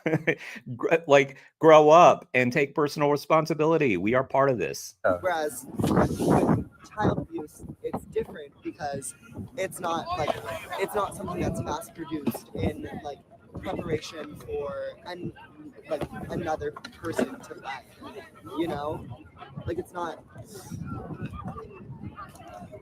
Like, I feel like it's kind of like. So I see what you're saying is like one is an industry, right? Right. That's an economic Yes. like basis, like people pay and buy for it. Yeah. But to me, like I'm gonna say that's kind of an arbitrary difference Right. because, like, okay, whether it's put on a shelf for people to purchase or not, seems like kind of arbitrary difference to me because I could still say the same thing like, oh well, if I stop like raping women, or if I stop murdering people, if I stop hitting children, like other people are still gonna do it. Yeah. So then, am I justified to do it just because other people do it? I just think that it's interesting how the conversation has gone this far, because I feel like you're the one that's saying animals deserve to be killed, but now the narrative is switched. Well, I thought you had gotten it much earlier, what he's doing. You didn't get it? And it feels Funny like how I'm that the one happened. that's Funny how that supporting happened. Animals being killed. Funny how that happens, That's right? really funny. Yeah. But I guess because I feel like I'm just coming up with arguments that like lead to the other side. Pretty good. Just a really interesting topic. I did debate in high school, so this is like you. Yeah. So you do kind of crushing this. you do You're kind doing of you do kind of agree with the sign then, don't you? When you give your money for these type of things to happen. And by the way, the reason that this parentheses is here, it says burn, electrocuted, cut, is because that's what happens in industrial slaughterhouses. For sure. The pigs and cows and chickens that get put in gas chambers get filled up with CO2 gas. And I mean, I'm surprised that wasn't the giveaway, right? Oh, this is a vegan activist, but maybe we're too in that world. But yeah, I mean, that part right there, like, here's the horrific things that happen. They deserve it. Yeah, like I would have seen right through that. I would have hoped. Maybe not, though. Maybe not. You guys still alive out there? The chat has been quiet and it had been bumping. I'm just wondering, is there some glitch or something? You guys still with me, or are we good? Y'all can hear this okay? What's happening? Up their lungs and they get burned alive from the inside. Electrocuted because chickens get dipped in electric baths, and that's called stunning before they get their throats cut. So that's why all that stuff is there. So when you make that purchase, isn't it kind of like you're putting them in that situation? Yeah. Yeah. Right? Real. Yeah. For sure. Real. I see. Yeah. Yeah. Most definitely. But I just, yeah, if the sign were to be changed from animals deserve to be killed to like it's inevitable that animals are going to be killed, I would probably side with you on that. Yeah. Well, it's inevitable right now that animals are going to be killed, but fewer could be if you did all the things that you were talking about, like, for instance, passing by the meat, buying the vegan meat or whatever, and building the platform, like you mentioned, or doing the activism like Jay's doing. Like Jay's doing the activism and building the platform. So that is a power that you also have. But our society has trained us, I feel like. People with money and power and all these things in the media, they have trained us to think we don't have the impact that we have. We have a massive impact on those around us all the time, all the time. Was just watching my friend's pup. I had a massive impact on that little pup.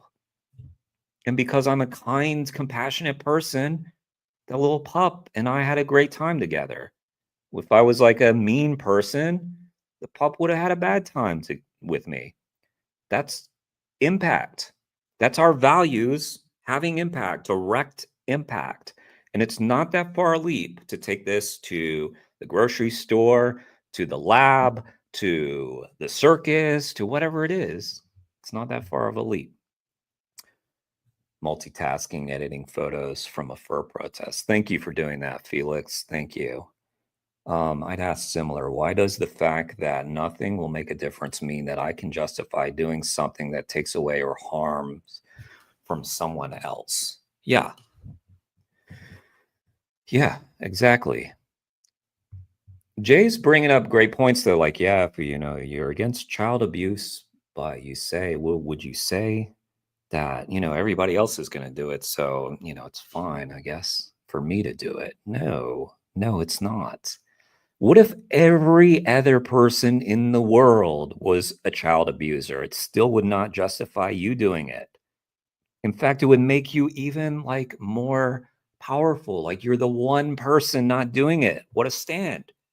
That's why, like, I feel like vegans, because we are such a small proportion of the population, we have immense power because there aren't a ton of us. And so a lot of times, I'm sure y'all have had this experience, like a lot of times it's like when you talk about this, it's as if someone's talking about it for the first time because of you. Just like this conversation is clearly like the first time that this person has engaged with it, and it's because of Jay. Jay had that power, and it's beautiful. It's so great. But you don't side with me on the sign that they deserve to be killed. You take issue with the word I deserve. take issue with the word deserve. Yeah. But I do People feel never like if I deserve. were to stand here and say strongly that I was doing things to prove that animals don't deserve to be killed, I would be lying to you. Right. I feel kind of like Yeah. taken aback in my own like actions. Yeah. So But wouldn't you think it was odd if and contradictory and hypocritical if I said, you know, like these people, they've done nothing wrong here, but then I went and I did something that would kill them? Isn't that kind of hypocritical to say, you don't deserve this, but I'm going to do it to you anyway? Good. Yeah, that's hypocritical. And so doesn't the action betray the words when you say, What's the light? I don't deserve it, but I'm going to do it anyway? Hang on. In a way, yes. Yeah. So Yeah. Thank you. I appreciate your honesty because, you know, that's why I'm here, is just to show people that, you know, it catches your attention and it's like, what the fuck is wrong with this guy that he's got this sign here? Exactly. But actually, whether these people, they get... How do I look? Dark. This stream just got... I lost 2 light. What? Okay, that's got to be... Give me 1 sec, guys. What the hell happened to my lights? 1 second.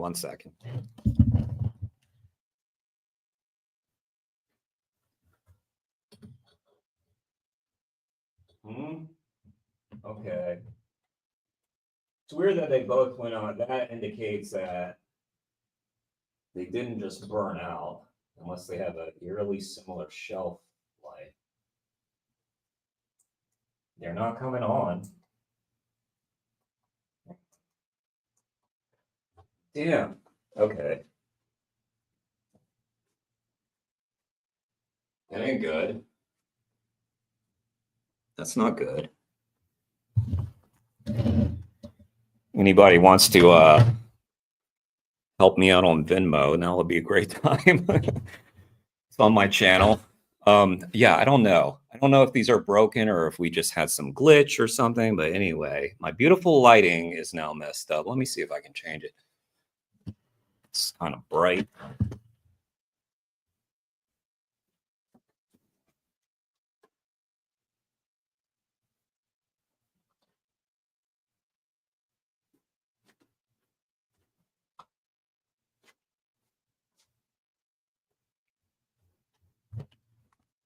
I'd rather be dim, guys. I'd rather be dim. I don't want to be seen in that way. It's embarrassing. You'll see all the blemishes and these nice lights. Maybe they just got hot. I don't know. Let's see. Put it in the context of consent. Yes, exactly. Consent. In conversations about teaching the kids about consent in the school setting, I said I started teaching consent from birth with whom we were not putting our plates. Okay, I understand what you're saying. It isn't all-encompassing, but it's a short and pointed reply. No worries, no worries. Yeah. Yeah, it adds to the mood, right? Right, Felix? Okay. So, because we are talking about political commentators today, so it should be dark. All right. I'll have to take a look at these lights, though. That's a... Damn. Hopefully they're fine. We'll see what happens. me, they realize it or not, but you kind of agree with it through your actions, and I don't you? can't properly defend like what I'm saying because I contribute to the system. Yeah. I contribute to And the hypocrisy. I think you don't really want to be defending No, it not at because I all. think you admitted that it's wrong. Yeah, like it makes me look like a bad person for admitting it, but I can't stand here and lie. Like Right. like I have to be honest. And Well, I have to give the person credit for being honest. Hang on. Let me try one real quick thing with the light. Hang on.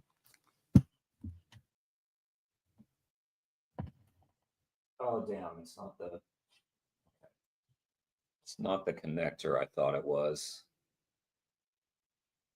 I have to give Tech Support International a call here.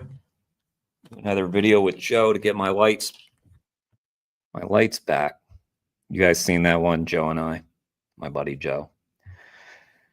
We joked around about turning my lights on. Now the lights have gone off. It's so sad. that's where the issue lies a lot of the times. So what do you feel like would be standing in your way from like no longer paying for animal exploitation and paying for animal abuse? Like, what do you feel like is in your way from no longer doing that anymore? Honestly, a lack of education, because I'm sitting here and I'm trying to like make claims, but I feel like I'm defending them with a lot of hot air.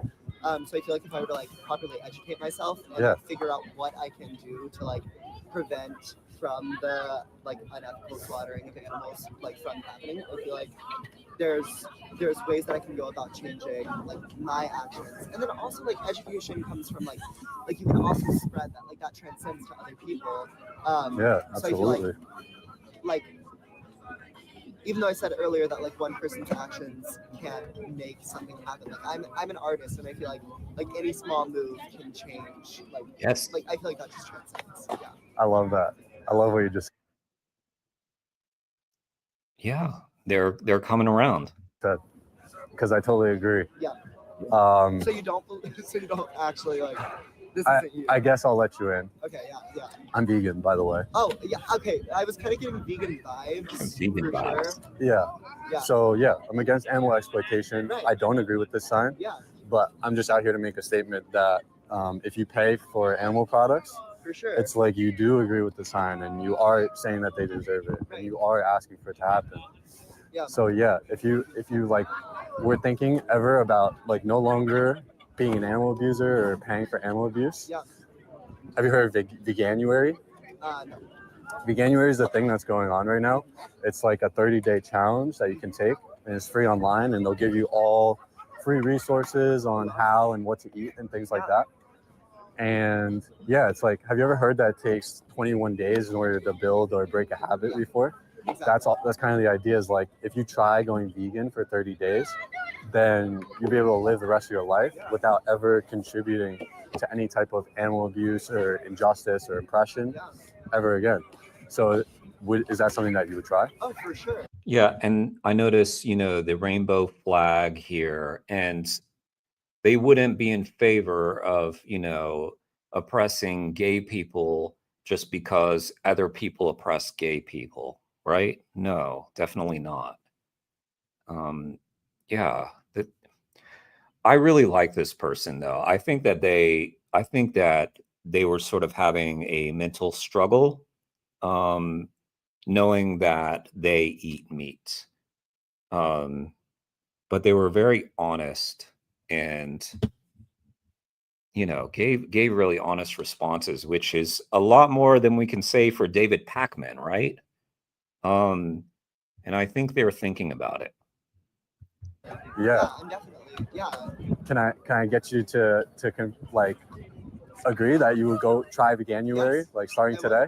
I would definitely be down to try it. That's I did awesome. just eat bacon, but I will. Well, like, it's never too late. Moving forward, like I am like down Yeah. to commit myself to this, because like I feel like my nice. performative activism was just like exposed on a high volume, and that is not the person that I want to be. So Wow. Awesome, and I really W white like, coat. I feel like my moving forward. Did you hear what they said? Did you hear that? I am like down to commit myself to this, because like I feel like my performative activism was just like exposed on a high volume, and Oh my that is not the person God. that I want to be. Amazing. Oh, that was so beautiful. What a great person. Humility. Remember, we were talking about Pac-Man. A lack of humility and trying to be the expert in the room. And this person was willing to say, wow, like, you know, I think my performative activism was just exposed. Like, what a great person to be able to say that on the spot, not afterwards, down the road, thinking about it. Like, damn, like I was confronted by that vegan activist and like I had kind of a bad take. No, on the spot, they were like, you know what? You're right. Fucking awesome. Is the coat not vegan? I don't know. I don't know anything about that coat. If only all people were honest and willing to question their actions. Yeah, exactly. Like, that person gets the win right there. And Jay, wonderful activism. So great. So Great Awesome, question. man. I really appreciate that. And yeah, it says a lot that you can like realize that and try to do something about it. So thank you, I man. appreciate it. Thank you for like opening my eyes to like the hypocrisy and like, Yeah, check out Veganuary and Earthling Ed on YouTube. Okay. And you'll be in a great place. Awesome. Thank you so much. Thank you. Wonderful, wonderful. That was amazing. Amazing. Great stuff. Great stuff. All right, I had pulled up this other one. Wait, I got to show you how I have this paused. Usually I'm careful about, I mean, I'm not careful, but sometimes I go back and I realize, oh, I paused it at a bad moment for some of these guys. But in this case, I have no remorse. Good, David. Okay, let me take down the comments but let me make sure I link to that video again so you all can sub to Jay Vegan and thank them for such great outreach there. That was fantastic. Heartwarming. Yes, and it made a huge difference that this person was very open.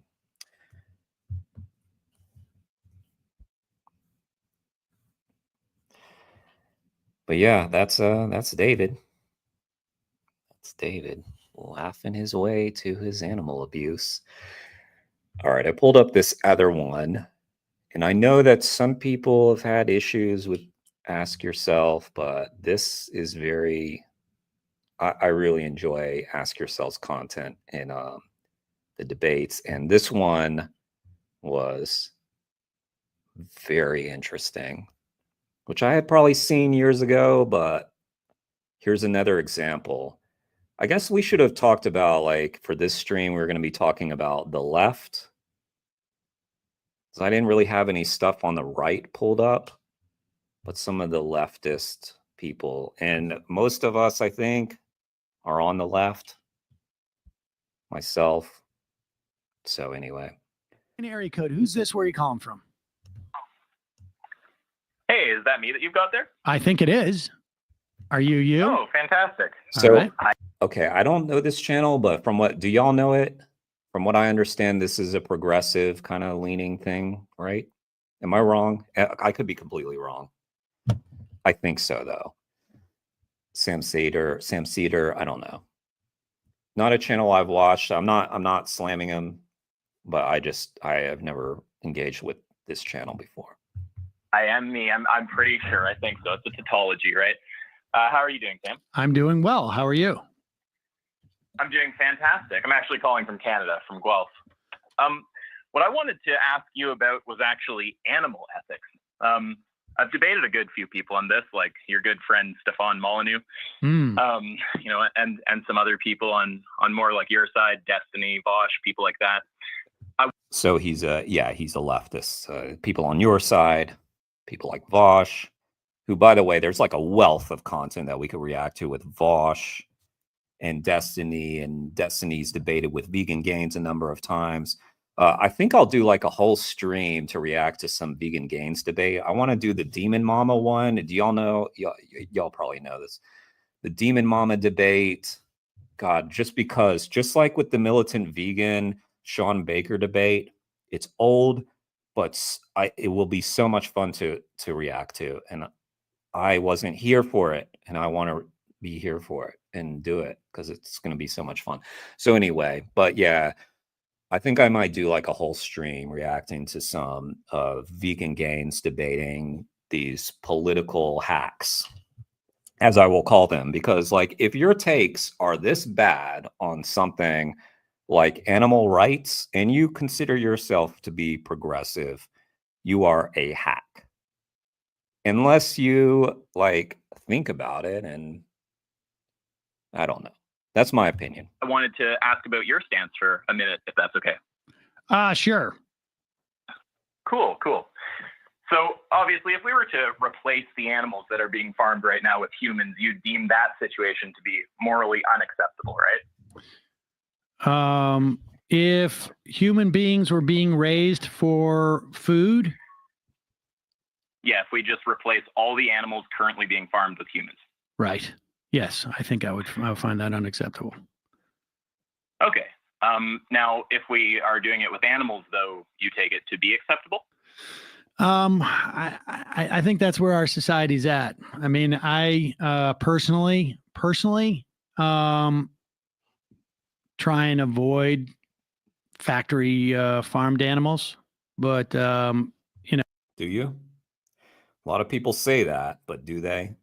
I mean, like, so you're saying when you go to a restaurant, you never have the meat? Or all the restaurants you go to, these farm to table places, and are they for real? Like, do you know where they get their meat from? My guess is no. And my guess is you don't only eat at these farm to table, like, oh, it's this wonderful farm that we have that everybody knows the name of. No, that's not how it works. You know, and I see it as Hang on, just get your comments. Hey, Victoria, just popping in to say hi to everyone. Keep up the amazing work, epic vegans. Everybody, go sub to Victoria. She is amazing, and her channel is right there, Victorious Vegan. And yeah, just an amazing activist. And by the way, I had Pig's Dream up on the screen. Sub to Pig's Dream. Sub to everybody. Guys, shout yourselves out, by the way, because that is kind of what this channel is about. Especially, you know, when we have like people in the stream who are doing amazing work, like definitely shout yourself out so we can all follow each other and support each other's channels. So yeah, Victoria and Kane Defends Animals was here. Kane was multitasking, but Kane does great work. So Kane Defends Animals, Victorious Vegan, Pig's Dream, and yeah, anybody that's doing work for animals. problematic. I don't see it as a top priority in terms of like at least what I want to do professionally. I'm jealous, by the way, of Isaac's cartoons, like of himself. I want that. I want a cartoon of myself. I wonder who did it. But I want it would be such blatant copying though if I did it too, wouldn't it? I can't do it. Because then it'd be like, what are you trying to be? Ask yourself? Yeah. But I love it. I think it's cool. In terms of politics. I could ask it like this. Do you think that it's morally acceptable to buy those products?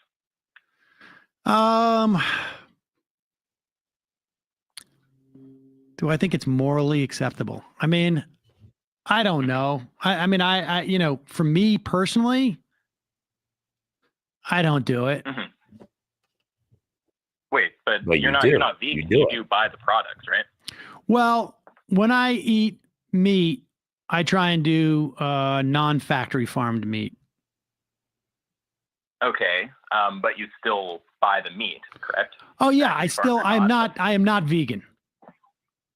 Right. Okay. So, but the point here would be, if it's animals, you wouldn't say it's okay to buy, 90, or if it's humans, you wouldn't say it's okay to buy mostly free range human, just a tiny bit of factory farming. Absolutely You right. say it's That's just correct. I do not right. believe that we Across the should. board wrong. I have less of a problem with eating animals than I do with humans. Right. Okay. Yeah. So that's called speciesism. And that's what you are. You're a speciesist.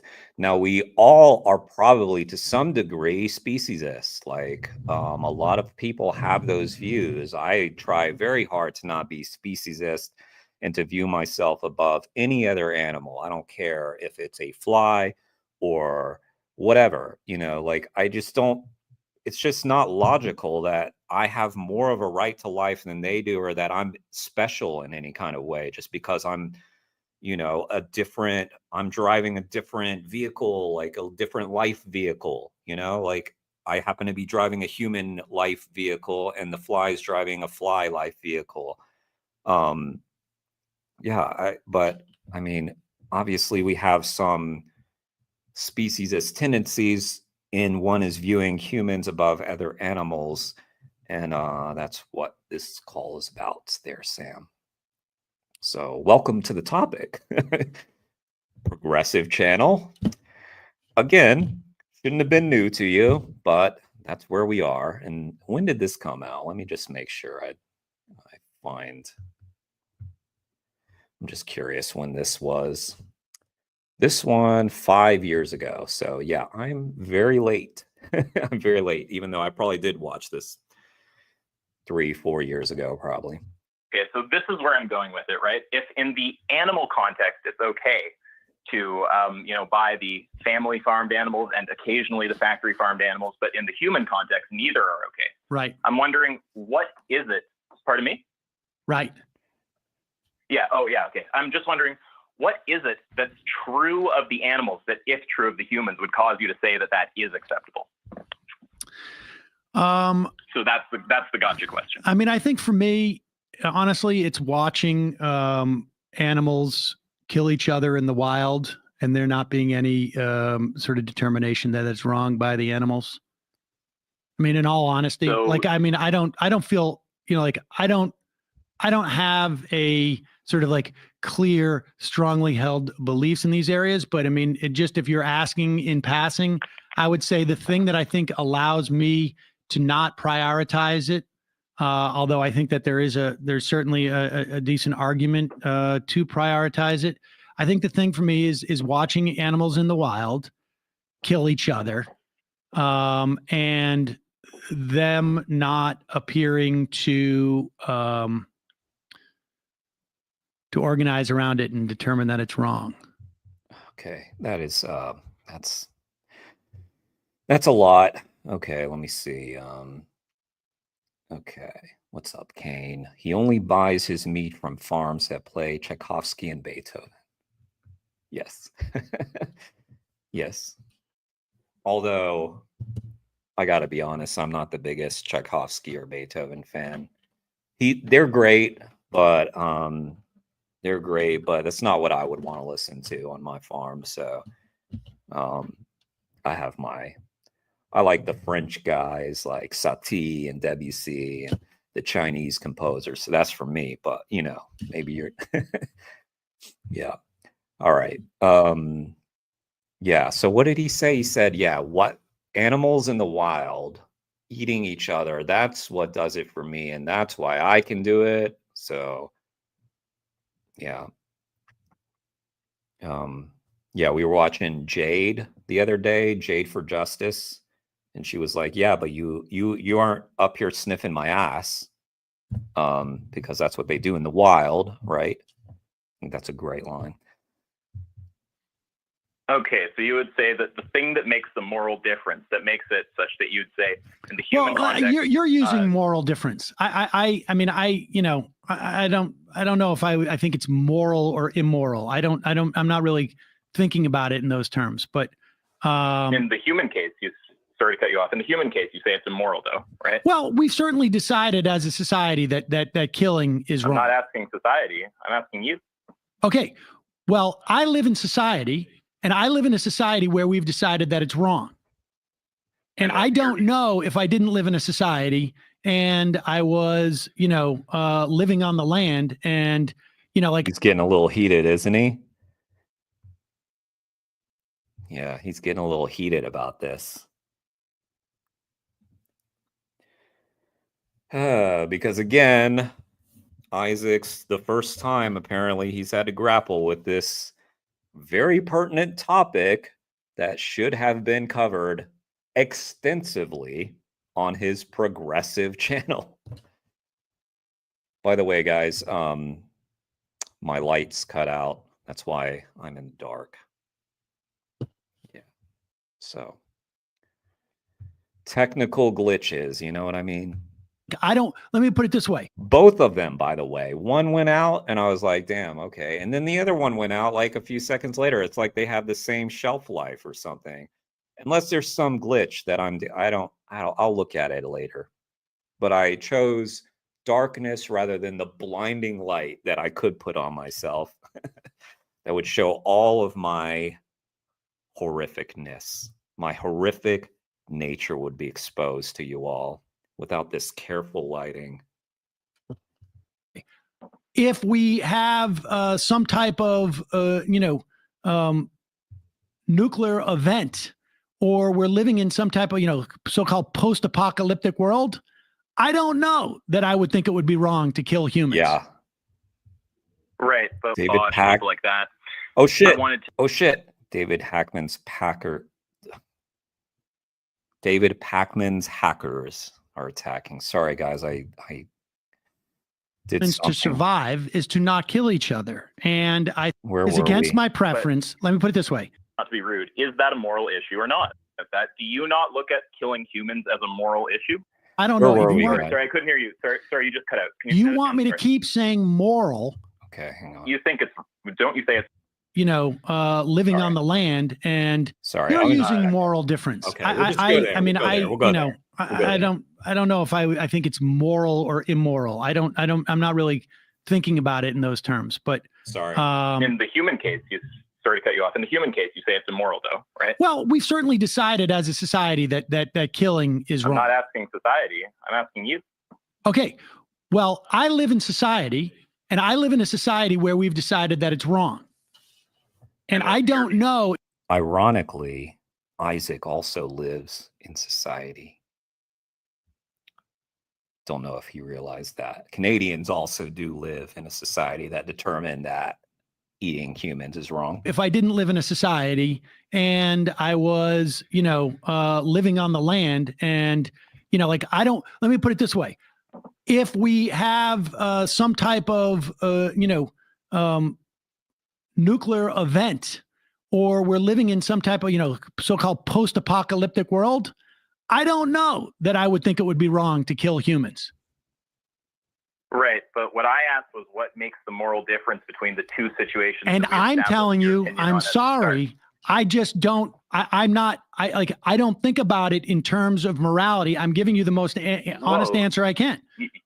You think don't you say it's morally wrong in the human context? That sounds like thinking in terms of morality. If you say you don't think it's morally wrong to, just Holocaust people, then okay, but I take it that's not your view. Well, look, you That's want me to morally keep wrong, saying right? moral because that's what's helpful for your argument. And I don't know. No, it's just, whoa, is my mic glitching now? Like that came in deep and then not, guys, anyway, now I forgot what I was going to say. It was just assume it was going to be something brilliant. No, if you want, Sorry, I couldn't hear you. Sorry, you just cut out. Can you say that want me again? to Sorry. keep saying moral because that's the way that you look at it. I'm telling you that Do you look at it? If it's something other than moral, then we can talk about that. Do you not look at killing humans as a moral issue? The Holocaust of humans for food, that wouldn't be a moral issue on your view? I just think that it's, I don't know that it's like, I don't know. Well, it's a straightforward question, not to be rude. Is that a moral issue or not? What is morality? Explain that to me. What's your vision of morality? I'm a subjectivist. I mean, I just take morality to be about our preferences. But okay, it is against my preference. It is against my preference. Let me put it this way. I'm going to use your term. It is against my preference that we kill human beings because, and I'll tell you why, because I think it's the only way for humans to survive is to not kill each other. And I think it is, you know, at the very least, it is the start of being nicer to everything if we don't kill human beings, because we relate to human beings the most. So Okay, so if we want that's to my preference. replace the word As to why if we it want is to- not, it is not to my, you know, like a high priority of my preference. It would be my preference. Well, that's not quite what I'm asking. Well, no. I'm not- Listen, that's not I quite know what I'm what asking. you're asking, and I'm telling you that my clarify. answer does not fit into the narrow confines of what you want. I'm giving you my honest answer. Well, Calm down, Sam. Calm down. Calm down. Is it this upsetting that this caller, Isaac, is exposing the major shortcomings of your progressive channel and the fact that you haven't grappled with one of the most serious topics that you should have been grappling with the entire time? Is it that upsetting? I mean, it should be, honestly. Little defensive, yes. So Philip Lowe invented the first apparatus used by Dr. Hawking to communicate through his facial muscles. Oh, wait, that was a response to maybe people need to bring up the Cambridge Declaration on Consciousness, written and signed by several diverse neuroscientists, including Philip Lowe and Dr. Stephen Hawking. Maybe. That would be out of my depth, but I hope y'all can do that. I can't do that. You asked me why Okay. it's not as important to me that animals, that no, we, that wasn't that what- people that eat wasn't what I animals. asked. I didn't say not as important. That's not what I asked. That's You not said what I asked. I moral. gave you two You situations. just described moral Right, as I asked- preference. I asked- Now I'm telling you. Go ahead. What's going on? Hold on. Your phone is Yeah. breaking up. Go ahead. Oh, sorry about that. Yeah, I asked you what's true of the one that, if true of the other, would cause you to have the same evaluation. I've told And you. just to clear up the morality thing, do you not use the language of morality at all? Because in my view, it's like, if you're not using it in the case of holocausting humans, then, you know, I can't see where else you possibly use it, right? Do you just not use moral language? I 'Cause mean, I'm happy to move to subjectivist kind of preference language. That's fine. That's actually the language I tend not to But I use take it moral that you moral use- language. That is correct. At least in the context so of like this not- of this show. you know, not to do sure. So not I highly doubt that, but we'll take him at his word. do a big philosophy derail, but like Well, you're some kind of subjectivist, like you think I morality just I'm comes not. down I to don't preference. know what that means, so I can't answer that question. Okay, well, why do you have a program then? Like, why are you? What are you? What do you do? Like,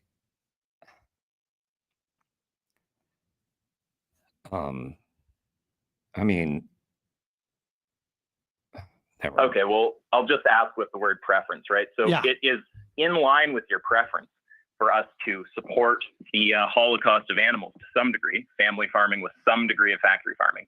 But it is not in line with your preference to support the holocaust of humans, you know, some amount of factory farming and some amount of family farming of humans. So I'm asking, you, Correct. what is it that's true of animals that, if true of humans, would cause you to say that If- that is in line with your Okay. preferences? If human beings went around killing each other without deciding as societies that it's wrong, my ideas would change. So You his. doing, Sam? I'm Oh doing God, well. I How did are it you? again. Damn it. No, you're just saying I don't want Okay, you to so then- equivocate, and I'm telling Yeah, you. that there isn't an equivocation, right? Well, I'm telling you. Sometimes- I need and to it- start using this space bar. Okay, his answer to name the trait is this weird societal agreement or something. That's If everybody was killing each other, From your view, don't answer from their view. I'm asking gonna if start you would using the evaluate it to space be bar. appropriate when else was just killing each other. Do you right now take the view that in that world it would just be ethical to Holocaust people? okay. to Holocaust people, and And eat them. Yeah. if everybody was killing each other, From your view, don't answer from their view. I'm asking if you would evaluate it to be appropriate so long as Maybe. others are killing each other. maybe it's a hard hypothetical for me to put myself into right now, but maybe I'm open to it. Let's put it that way. Well, okay, wait. So just to be clear, your view, and I don't want any equivocation here. I'm not asking if your preference. Well, I'm sorry. I'm going to decides the equivocate on hypothetical. your hypothetical No, about everybody Oh, going no, around I'm not killing saying each you were. other. I wasn't. That's not very honest. but okay. The point of the declaration is that skirts morality a bit to avoid this kind of dodging. It points out the biological similarities and abilities of other species to experience what humans experience. It states that they have cognizance and sentience. Gotcha. Okay. Well, I think he would probably agree with that, unless he's, clowning. But most people do understand that. I wasn't necessarily accusing you of equivocating. I just want to make sure that there isn't an equivocation, right? Well, I'm telling you, Sometimes- I'm going to reserve my right to equivocate because I don't. Oh. I need to know more Well, details about this post-apocalyptic world that you're talking about. That I'm also able to organize a factory farm when everybody's going around killing each other. Okay, what do you think the equivocation is that I'm referring to? I don't know. You're just saying I don't want you to equivocate, and I'm telling you I can equivocate. I'm not. You're not my dad. He is your dad. I mean, how do you know? How do you know? I mean, you're not really steeped in philosophy. It seems like maybe he is your dad, and you just don't know it. Sounds like you don't grapple with like very serious topics on your show. So, maybe Isaac is your daddy. I mean, he is kind of spanking you right now, isn't he? Okay. Anyway. All right, I'm going to try to press that without backing up. All the glitches happening all at once. I know that was my fault, but yeah. David Hackman's Packers are after me. Hackman's Packers. You're kind of trying to derail with humor, though, because I've got you in a bit of a corner, right? No, you don't. So the equivocation that I'm worried about. That was actually really funny because, like, I wonder, like, was his audience laughing at him, or I don't know. That was kind of funny. Let me Right, back it up. right. No, you don't. You're kind of trying to derail with humor, though, because I've got you in a bit of a corner, right? No, you don't. So the equivocation that I'm worried about, right? Yeah. The equivocation is I'm not asking what your preference inside of the hypothetical would be. I'm asking for you right now, in your perspective, to evaluate the hypothetical. I'll walk you through the reasoning you gave, right? So we took the two situations, the human and animal holocaust. Dude, I don't need a hypothetical. I just told you why I have less of an issue with eating animals than I do humans. Wait. You said the thing that makes the moral difference is whether the No, rest you said the thing that makes the moral difference. You said the thing that makes the moral difference. Then we can remove the word moral if that's what you're complaining about. Right. The thing that makes the difference to me is that I watch animals kill each other. Right. So what I'm doing is I'm applying that in the human context and asking if you then evaluate it to be ethical. If you say no, it's a contradiction. Yes, I answered your question. I answered it. Sam, you have to understand, when you yell, I actually can't hear. It maxes out my phone, please. Oh, in which case, I'm going to turn up my volume because I'm getting a little frustrated. Are you? I didn't notice by all the screaming. Not the screaming, but, the heated.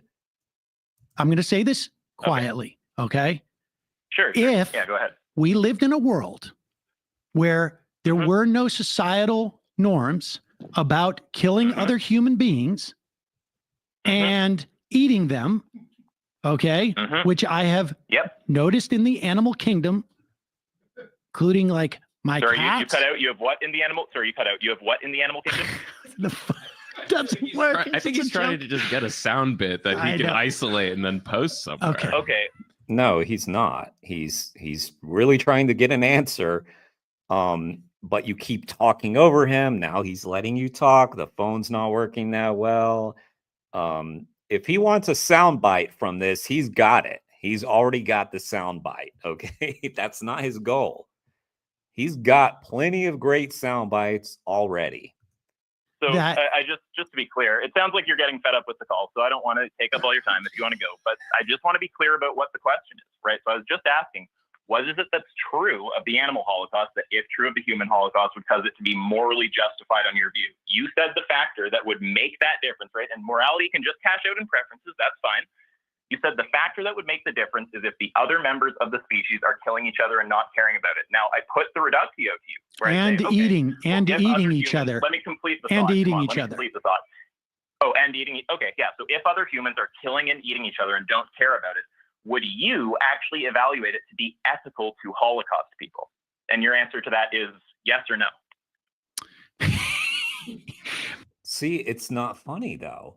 He is derailing. Like he was very clear, and Isaac has been so level through this whole conversation. He's just asking kind of simple questions, direct questions, and like Sam here can't deal with it, which is like, why do you have this platform? Why do you have this program? Because like tough topics aren't for you, apparently. You can laugh at it all you want, but I'm going to. Thank you. I appreciate that. Thank you for giving me the permission to laugh. Can you actually get around the case, though? What's your reply to that? Is it ethical or not? It's not funny, actually. Is it ethical? I think if society... Is it in line with your preferences? If that's what we're taking ethical to mean. If society has found it to be non-problematic to go around and kill human beings and eat them, then would I perceive it as problematic that we were doing it in a factory style? No, that's not what he's asking. He's not focused on factory farming. Why does everybody do this? They all get hung up on factory farming. He's talking about holocausting people. It doesn't matter if it's in a factory or not. He's talking about killing them. That's what he's getting at. Would it be okay for you to kill people if everyone else was doing it? That's the gist of this.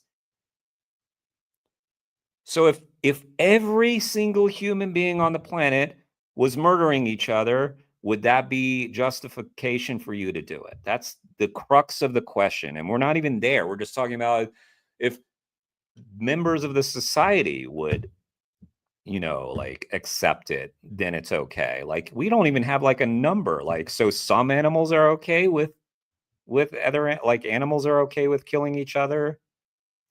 I'm pretty sure they're not okay with getting killed. So, I mean, it's weird too. Like, oh, I don't see animals organizing to stop the killing. Well, okay, why do they have defense mechanisms? Why do they run up? Why do monkeys run up in the trees to escape predators? They collaborate with each other. They try to, you know, why are herd animals staying in packs? Because they feel safer there. Like if they get separated from the pack, like what are you talking about? And you can't even, like, even granting your weird answer, like you still can't engage seriously with it. As opposed to just random killing. But keep in mind, I'm asking you right now. I'm not asking if hypothetically you and the hypothetical would have determined preferences that are different, right? I'm not asking in that world would your... What's that mean? DSLM. What's that? What's that? I don't know what that means. Proud of my fellow Canadian, Isaac. Yeah, this was a great call. Great call. This was 5 years ago. Mind be shaped differently. I'm asking right now, you in this world, do you it look would at a be hypothetical world it would where be humans my are killing and preference. eating each other It would and be say my that's preference. in line with your preference? It would Or be is, my or preference. isn't? This is going to be my final thing that I'm saying because I think this is honestly silly. Sure. It's not silly. You think it's silly because it's beyond you and it's making you look silly. That's why you think it's silly. It's not silly. I don't think it's silly at all. I think. Well, I know you guys don't, and that's have a why backwards when position. you have a show, I'll call in if I have the time. And He does have a show, or I mean, he has a channel. Call in. Yeah, he has a channel. It's called Ask Yourself. And he's got a Discord and people debate there all the time. I'm not sure what he's been up to lately. I think Isaac's going to school right now, so he's pretty busy. But yeah, I think you can call in, Sam. Did you? It's been 5 years. I'm guessing not. It would have been great if that happened. talk to you about it. But this is my Oh, show. I do. I'd love that. What? Yeah, I'm sure. But this is my show. I find the question silly. But I will end it on this. Okay, well, you I can will find end right it on silly. this. I will Sure. end it on this. Sure. All right. Let's As I stand today, living in a world where human society has deemed it wrong to kill each other. I also think it's impractical to kill each other. And society has broadly made the decision that we should not be doing this. This is not answering the question. I'm not trying to be rude, but you're dodging the question. All right. Do you evaluate the Holocaust happening in that hypothetical to be Now listen, I had to hang up. Yeah, no, you didn't have to hang up. I'll give Sam a little credit that was a long exchange, and like we watched David Pakman do it. He couldn't get through 10 minutes, and he was just like, no, like if his program is an hour long, he couldn't deal with 1/6 of it being about the largest Holocaust happening to a species in history, or multiple species, whatever. You know what I'm saying. But I'll give Sam credit that he did engage on this for quite a while. It's too bad he didn't take it as seriously as he should have. We've still got 8 minutes of the video. On you because you won't let me finish, because I'm not answering it exactly as you want me. You're not answering it. You're dodging. That's the problem. Too. But you are asking me to use my mind as it exists today in a world where we do. Indeed, Lewis. Who have societal norms about killing other humans and eating them, and saying, use that mind, project yourself into an era where none of that exists, where people go around killing each other when they see him. I see Matt walk into my office. I don't even recognize Matt as like anything other than dinner. And I go and I kill him and I eat him. Now, but with my mind as it exists now, I need. It's a lot of like laughing and joking to avoid the seriousness of the topic. I'm all for laughter and having fun. I joke around a lot with you guys, and we try not to take everything too seriously. But the problem with what Sam is doing is that he's using it as a defense mechanism to not deal with the seriousness of the topic. And Isaac was actually really, really great in this call. Very level, very respectful. In fact, he even was like, look, I understand you seem to be getting fed up with this call. Let me just nail down this one point here. It was very respectful. And Sam just could not handle this. Like the amount of cope was kind of like, it's just astonishing. Like, if you're this progressive channel, right, and everything is about like so here's what I believe progressivism to be. It's about like caring for others, progress. We don't want people left behind. We don't want people bullied. We don't want might makes right. We don't want that. I had those ideals long before I was vegan. Whether it was gay rights, trans rights, Black rights, minority, whatever it is, like I just recognize that this is wrong. And we had this blind spot when it came to animal rights. Had someone come to me during that time and called me out for being completely hypocritical when it comes to animals and pointed out, you care about this and this and this and this, and you act like you're so like, all about the rights of the oppressed, and it's all performative bullshit. That would have really resonated with me. Because if anything, I do not want to be some performative bullshitter. That would have hit me right in the gut. And I feel like I would like I just these people with their shows, they're so disappointing because it's a great opportunity for them. Lewis, progressive to me is wanting betterment for the most sentient individuals in a society, or all the sentient individuals in the society, all them, because I don't think there's a most sentient or a less sentient or whatever. I mean, sure, like we could get in different kinds of like, some animals may be less sentient, sure, but like, we can recognize the difference between non-sentient and sentience and make that be the line. But I know what you're saying.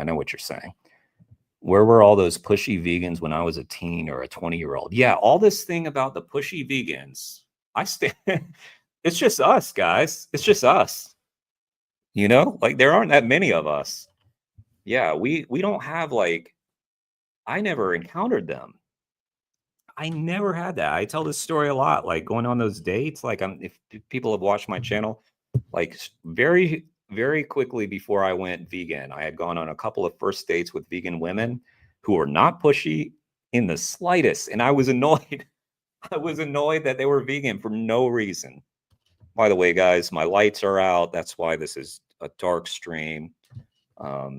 Yeah, I got to get the lights fixed. It's weird. I'm talking in the dark, but it's for the best. Trust me. You don't want to see what's over here. Wait, there. Yeah, it's better. Trust me.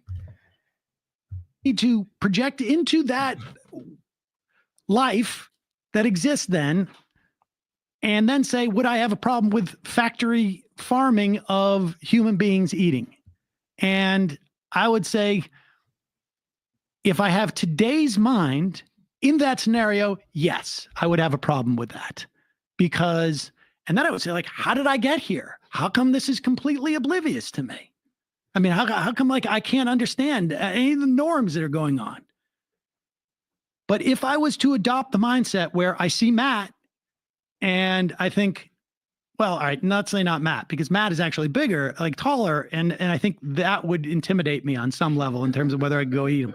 But if Brendan came in, I might think I could eat Brendan. I could eat Brendan, and you know. Maybe the vibe of his show is just jokey, because they're just like all laughing. I mean, maybe that's the vibe, and if so, then okay, fair. But you know, like, it's a lot of laughter, and the topic was extremely serious, even though it was, you know, we were talking about the Holocaust, you know, like massive. It's just weird, kind of. You know, like, I wouldn't laughing. even, I don't even know how much conscious thought I would have. Like, I've seen my cats go and kill animals. Yeah, I'd be against factory cannibalism. Well, this was Doggo. This was 5 years ago, so hopefully they're more enlightened now. Rabbit hole. I went vegetarian when I became friends with a guy who was vegetarian, but we knew no vegans. Didn't know why not killing, but still using was a problem. Gotcha. Looking back, that seems stupid. Yeah, I mean, you know, but same. Like, I mean, that's not my story. Like, I went from meat to vegan, but I could see that happening to me too. If humans weren't meant to be eaten, then why are they made out of meat? Yeah. Throwing their arguments right back at them, Lewis. So you watched the Majority Report almost every day and was listening to today's show right before I clicked in just now. Yeah. I mean, you know, I will give Sam some credit. Like I said, I don't know if you just clicked in. I just said it, so sorry to repeat, guys. But I give him a little bit of credit for engaging for as long as he did, at least, even though he didn't take it seriously. And this was 5 years ago. So what are you going to do? I mean, I'm just hoping that he changed from this or thought about it more. We still got myself. I think in this video, he starts to grapple, right? 5 more minutes of this. My cannibalism done sort of like farm to table. Yes, yeah, Soylent Green is no good. I mean, look, I think it's quite possible that society will evolve to such a place where the perception of the idea that we would eat animals would be like we looked upon slavery. I think that's conceivable to me. Hey, Doggo, if you are like a viewer of the Majority Report, maybe you could call in and do a follow-up. Not saying you absolutely must or anything, but it might be interesting since you know these guys, at least through listening to them or watching them. I mean, I certainly hope that society evolves in that way. I was raised eating meat. Well, if you want society to evolve that way, then help us evolve that way instead of standing in the way of it. You've got a major platform. I don't know, because we're watching Ask Yourself's video, so I don't know the size of his channel. Don't really care, but I'm sure it's massive. Okay, and yeah, you could be using that to really push this along, but you're not. I have at times tried to stop eating meat totally. I've certainly cut down on it. All right. Like ever since I got introduced to the Impossible Burger, I have not eaten a hamburger. Okay. I basically cut out red meat in part for health reasons, but in part for like, I just, what it does to the planet. I mean, I don't necessarily, I'm not going to lie, I don't have a huge, like, I don't spend that much time thinking about how many cows or sheep or pigs that we slaughter. I have been very sort of like, I'm not going to say I've been intimate with pigs, but I've been like, friendly with pigs and visited pigs every day. And I know that their owners, their plan was in October to slaughter them and put them in the freezer for the rest of, and then eat them over the course of the winter. So, that's just what it is. And that issue is just not the most prominent issue to me. Yeah, but okay, so now it should be. Now that you've had this call and you're thinking about it, maybe it's time to start thinking about it. Yeah, like why isn't it the most prominent issue to you? This is a progressive channel, right? So you probably have like grave concerns about climate change, and you probably are even like facetious about people who don't take it seriously, right?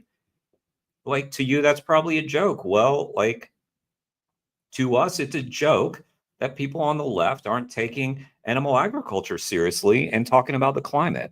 Let me get y'all's comments here. You can try. Is Sam? Wait, let me go back. Is Sam even relevant today? I used to listen to him many years ago on Air America Radio. Don't know. Doggo can try. It's hard to get on. I'll give it a shot sometime. Yeah, it's probably pretty tough. Rabbit, yes, he is still relevant as we lose more main media to the right extremists. Yeah, I agree. Actually, I think these YouTube channels are like gaining in prominence now. Because yeah, the mainstream media is just like falling like dominoes, aren't they?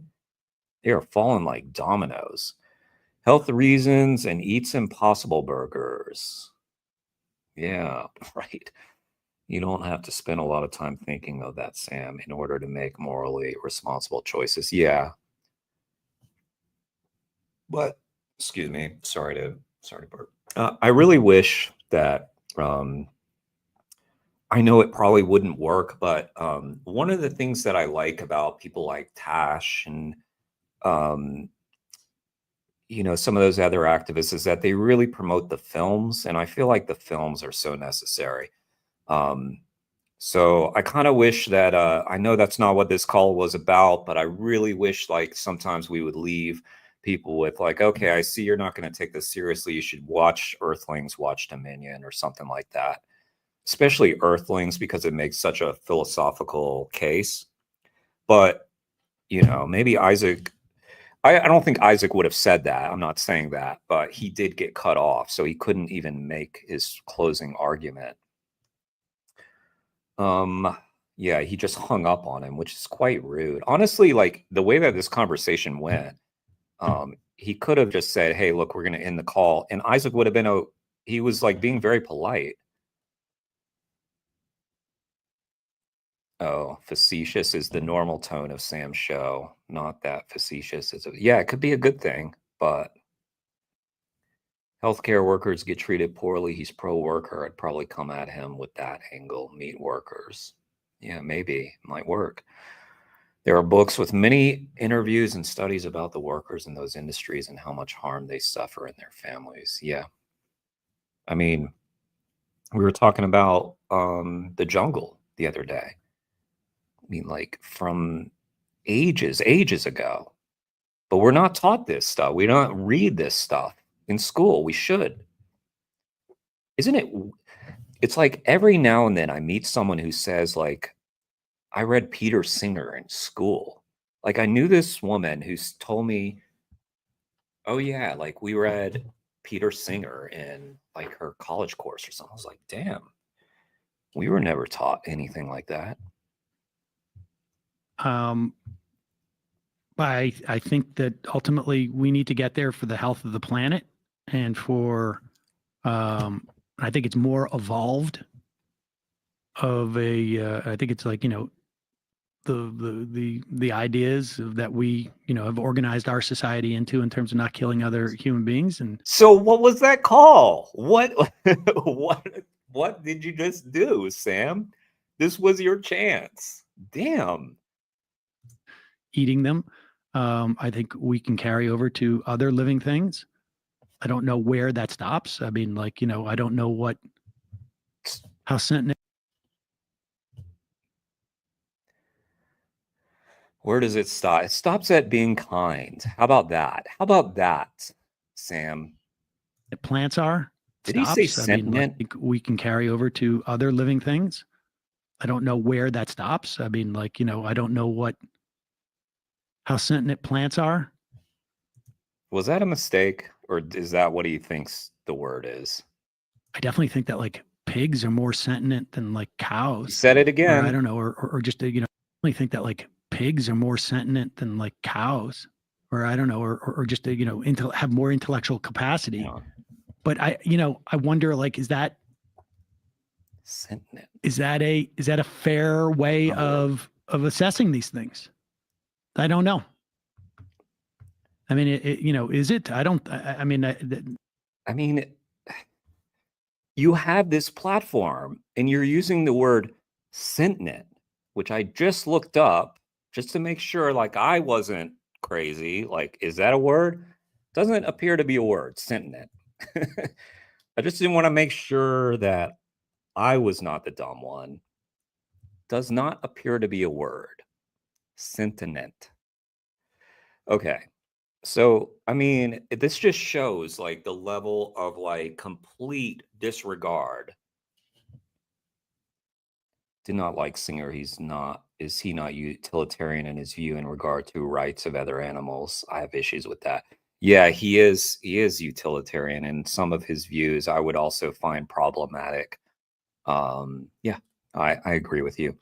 I will say he's quite kind person. I've had the pleasure of communicating with him very, very minimally, but we scheduled him on Wayne's channel. He does seem to be a lovely person, and that was one I had to be like behind the scenes for because it's fucking Peter Singer.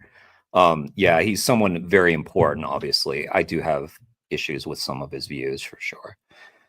Sam constantly refers to his health and the environment and avoids the obvious disastrous impact on the sentient. Wait, what's this word now? Sentient? Don't you mean sentient beings, Lewis? The sentient beings. Slippery slope to recognize rights based on intellectual ability. Yeah, for sure it is. That's a slippery slope. Yeah. that can't be the solution, right? It can't be that pigs have more awareness of things than, you know, I don't know, a frog. And that's the determination as to where you draw the line. I mean, do people not kill ants too? Like, I don't know. Like, I think, you know. Why would you kill ants? I mean, what's this leap that he's finding hard? Is he thinking about, okay, if you have like an invasion of ants in your home, and what do I do? Try to be kind. I don't know. Try to be kind. I mean, do what you got to do. I don't know. Like, what is this? Like, what? We can't kill ants? Watch your step. Watch your step. Walk lightly. That's a beautiful line, I think. It was Paul Watson. Paul Watson. I read that in his book, or in one of his documentaries where he was talking about his mother taught him step lightly, watch your step. Talking about not killing bugs, Sam. Being a human being is always about compromises and about priorities. And people choose which things they want to. Oh, Lewis, I am sometimes on the West Coast, but I am currently on the East Coast. More often on the East Coast. Let's see. Ants are sentient. Absolutely, they are sentient. How would they be doing what they're doing without sentience? I mean, they are like extraordinary beings. Like they have all these, like, they are just like crazy selfless and they do everything for each other and for the queen, right? Satanic Panic has a video called Vegans and Leftists Should Just Kiss Already. That raises some good points, and the production value is great. Definitely worth a look sometime. Nice. How long? Satanic Panic. How long's that video? Because I wasn't going to go much longer, but if that video is not too long, maybe we'll watch it.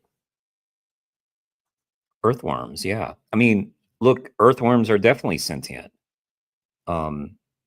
Their sentience may be very, very limited to like light but I mean, can't we like agree that animals are sentient? I know there's some question about bivalves and maybe about earthworms. I don't know. Prioritize, and then other human beings make assessment of their, But guys, like regardless, like why are we going around killing anyone? Like, let's say earthworms aren't sentient. What are you gonna do? You gonna go and stomp on an earthworm when you see them? No, like nobody's like going around like ripping trees apart, right? I hope not. I mean, I understand you can mow your lawn and whatever, and I'm not saying plants are sentient, but we're not going around destroying plants for no reason, right? Are these people good or not good people? And that's the way it works. I just, I mean, I'm sure I use moral language in some instances, but I try and avoid it as much as possible. Why?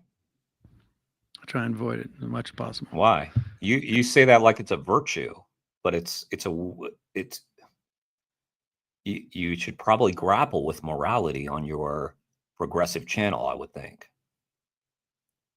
Just a thought. Just because, Okay.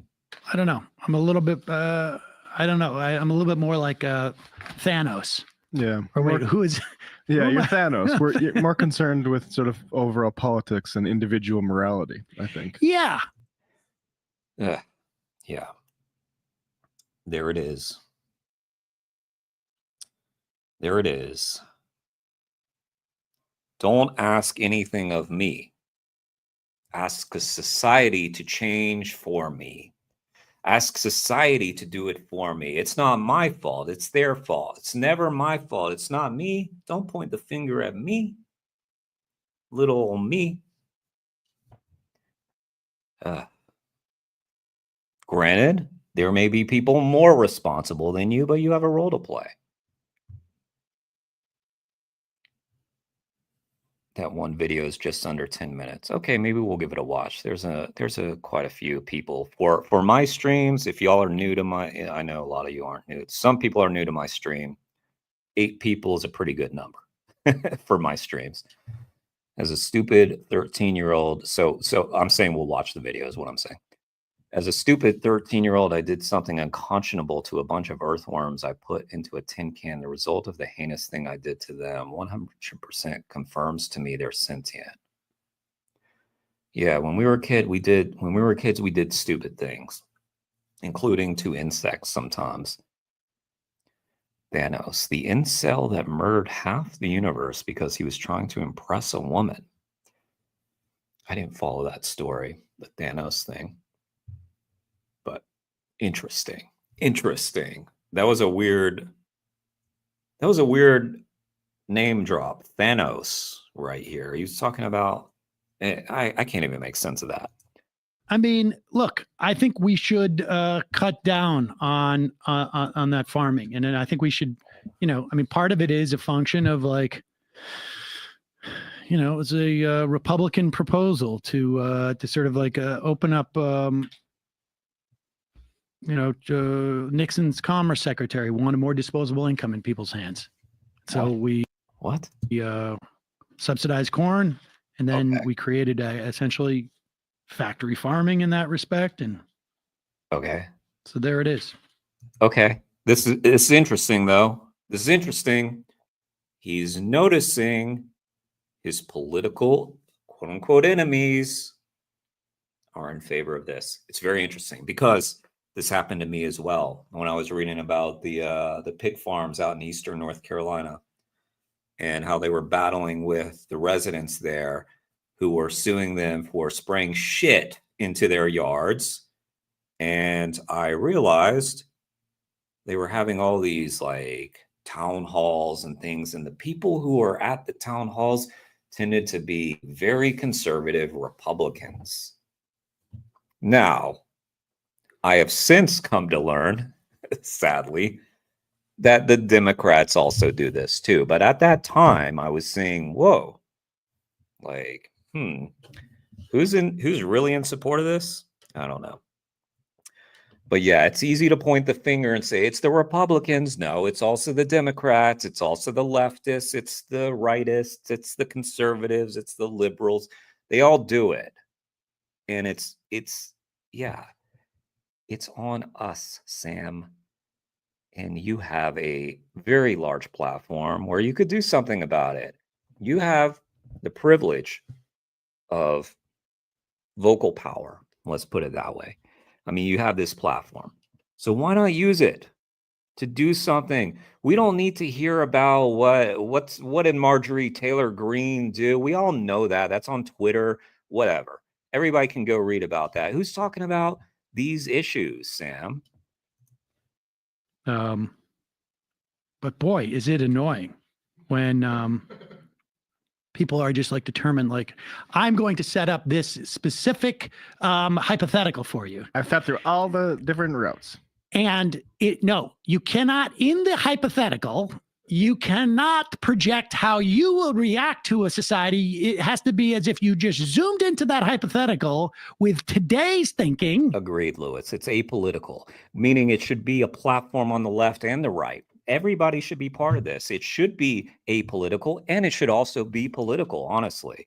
I feel like it should be also political, but it's just that we should all be part of it. Like, it needs to be a political issue. It's also not a political issue. It should be the issue. In that hypothetical. So it's not enough that I give you the hypothetical. I now also want to give you a hypothetical about as to who you will be in the context of that hypothetical. Cope, Sam. You just got owned. I'm sorry. Like, you just clowned yourself on your own program because honestly, Isaac really didn't do anything to clown you. You did it yourself.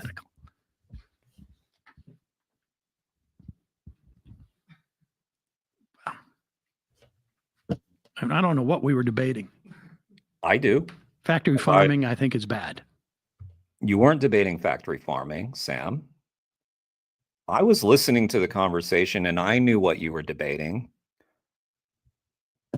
Yeah, I don't know. I was there. I thought you also were there as someone who took part in the debate. Do I think it would be nicer if I was a human being? Would I rather be in a factory before I got killed versus like... We're not talking... I'm sorry to interrupt so much, guys. I know at some point I just got to let the video play, but we're not talking about factory farming. Just want to make that perfectly clear. Sam keeps talking about factory farming. Isaac was talking about holocausting animals, whether they're in a factory or in a field or wherever the fuck they are. Living a nice life, and then one day I just show up and somebody takes my head off. Probably the latter. I don't know that I would want either, frankly. In fact, I know I wouldn't. You've dug yourself a bit of a hole here, Sam. Right. He's backed you there to a bit of a corner. He has. True. Hey, speaking about this. Let's move on. He's backed you in a bit of a corner. Like his, I don't know if they were joking, but they did. Like, Isaac did back you into a corner. I think that they were joking because that's what Isaac said. But in any case, that was an interesting little monologue there at the end, wasn't it, guys? It's almost as if Sam has never thought about veganism. I know, like all these, it's like the first time, right? He's not tracking anything and even doesn't even know sentient. Yeah. Poor Sam complaining that he was the victim. The left really does fear losing views or respectability by seeming crazy. I hate using that word, but that has been used by them often. That's disappointing, isn't it? Okay, let's see. Doggo recommended us this video. Satanic Panic, Vegans and Leftists. Let me look it up. Oh, wait. Let me make sure I link to this video. I know most of you guys know. Ask yourself. What? There's his channel right there. Okay. That's a great name, by the way. Satanic Panic. Someone was recommending to me that my podcast needs a name. And I just couldn't think of one, guys. I'm just going to stand on my name, I think. So, you know, like, I don't know. I'll just be Jeremy. Is that fine? I don't know. It's probably not the best marketing, but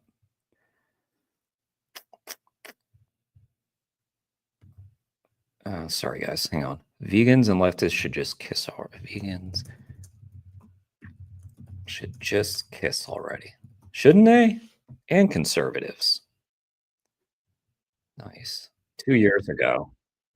Okay, hang on. Never heard of this channel before. That's cool. Thank you, Doggo.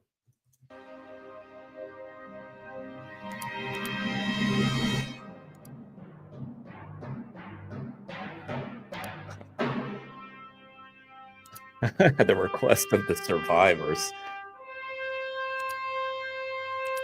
This is funny already. Hang on, let me make sure that, because I know you guys knew Isaac. Hang on. But let me make sure Satanic Panic is on the screen.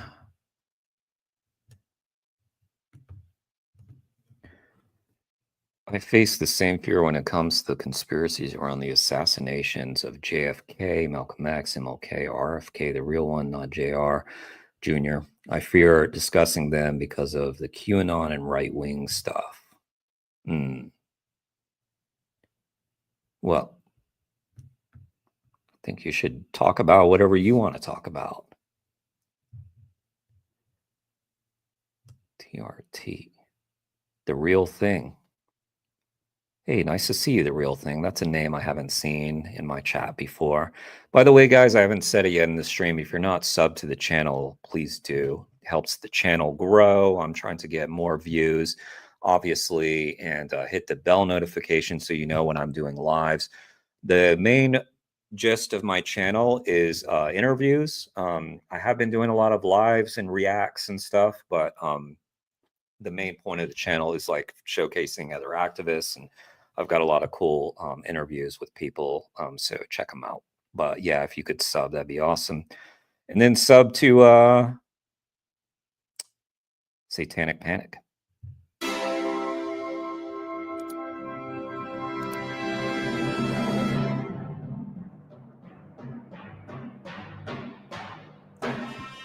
Great editing. It's funny.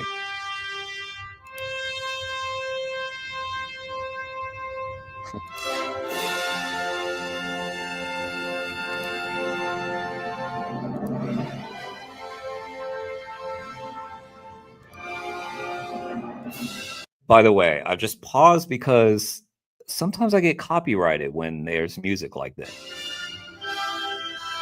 Probably fair game, this song, but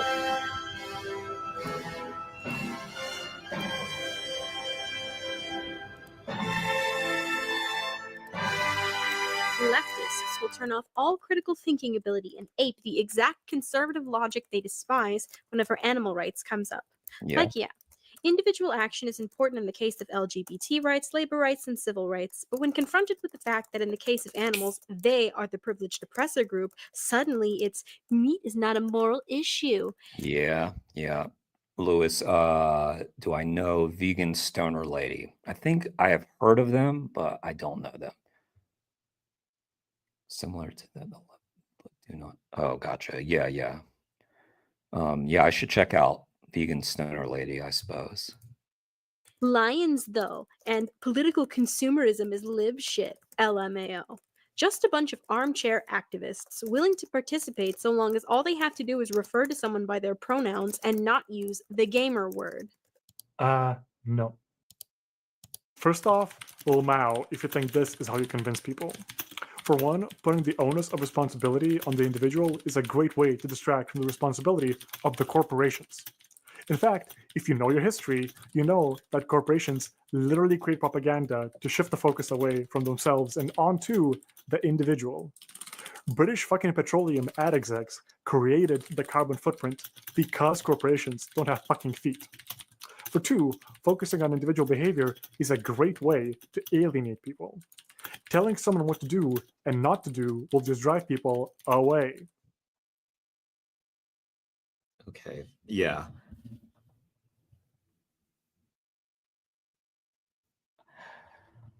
I feel like we're dealing with this a lot, this question of the individual.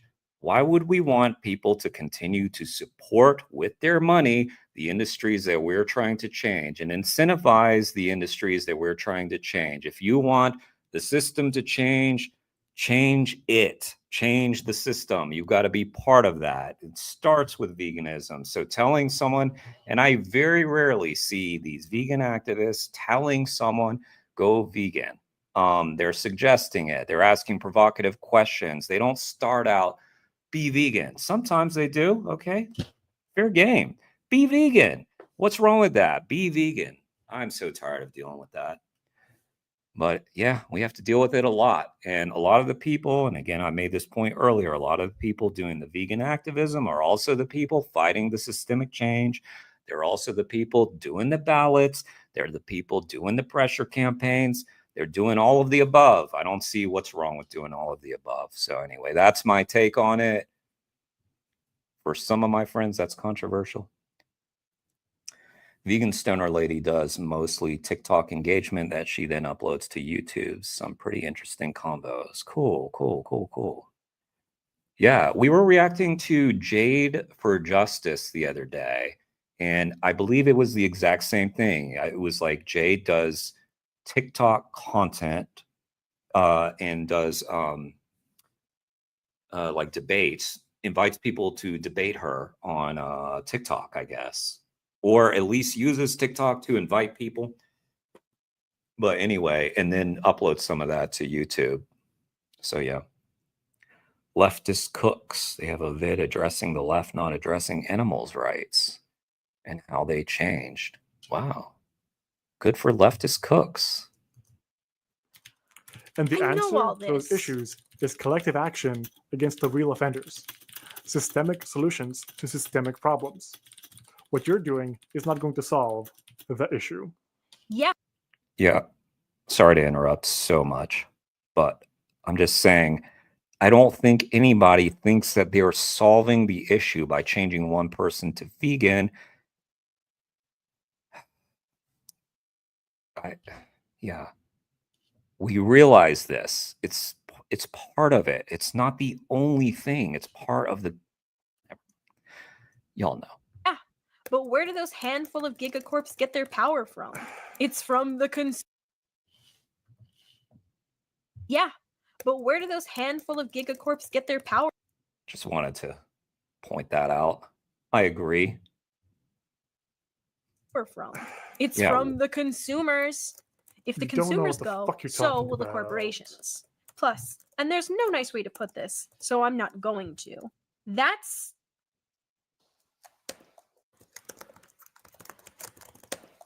hypocritical as fuck. You can't in one breath advocate for systemic solutions and collective action, Super and then the downvote. next say, well, I'm not going to Super change my downvote. behavior. Don't fucking Have y'all ever downvoted my videos? Be honest. I won't be mad. I'm just curious. I don't think I get downvotes that much, which is kind of sad because that means I'm only reaching vegans.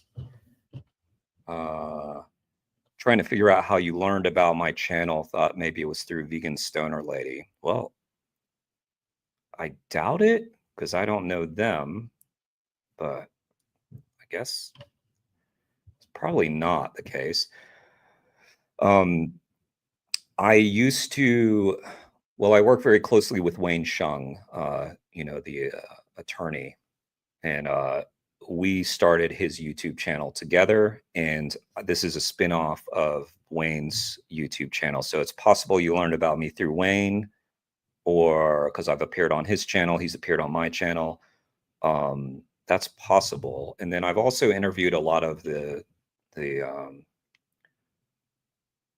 like some of the bigger names in our movement now, like YouTube, more YouTube famous people. Like my first interview was James Aspie, and I've interviewed like one of my recent ones was Vegan Zombie, and so I don't know.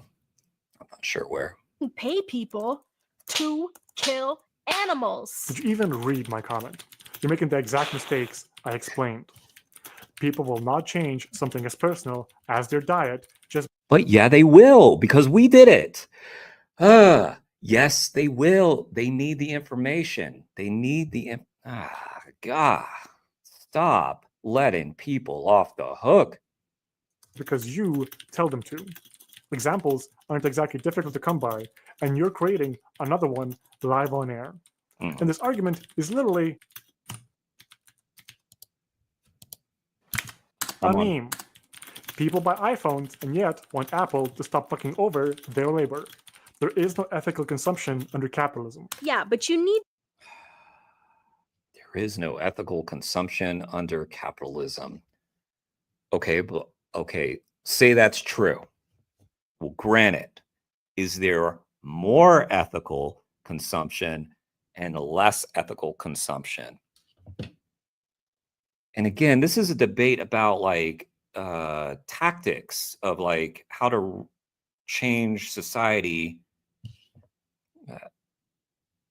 Just do your way. Do it your way. If you don't like what she's doing, do your systemic change.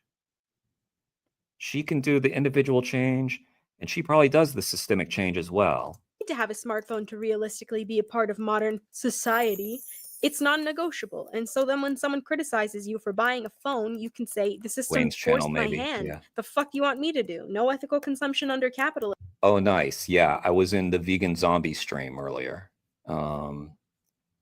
Chris's, John's, and Craig's pizza video. Yeah, I'm glad you came over, Rabbit. That was a fun stream too, wasn't it? It's just like hanging out with the guys. That's a real. I love that interview I did with Chris was one of my favorites, just because like he's brimming with passion for his project, and that's just so good to see. And very just earnest, very sincere. I could tell. Like I've only known through that interview that we had, but I could tell like if I lived in the same town as Chris, he'd be someone I'd love to be friends with. So it just seems like those live streams, like I described it as like this, like feeling like I'm at a sleepover, like they were getting all like there was some commotion next door and they were all excited. It was like being at a sleepover. I mean that in a good way, by the way. Like it just seemed fun. But you don't need to eat animals. You're choosing to. Kind of. Some consumption is more unethical than others, and choosing to pay 2010, people yeah. to kill animals so that you can eat them despite not having to puts you in the wrong. You cannot Yeah. deny that that is a cross. Gotta just try. And what is witchcraft? When the cross goes upside down, bottoms up, and the devil laughs.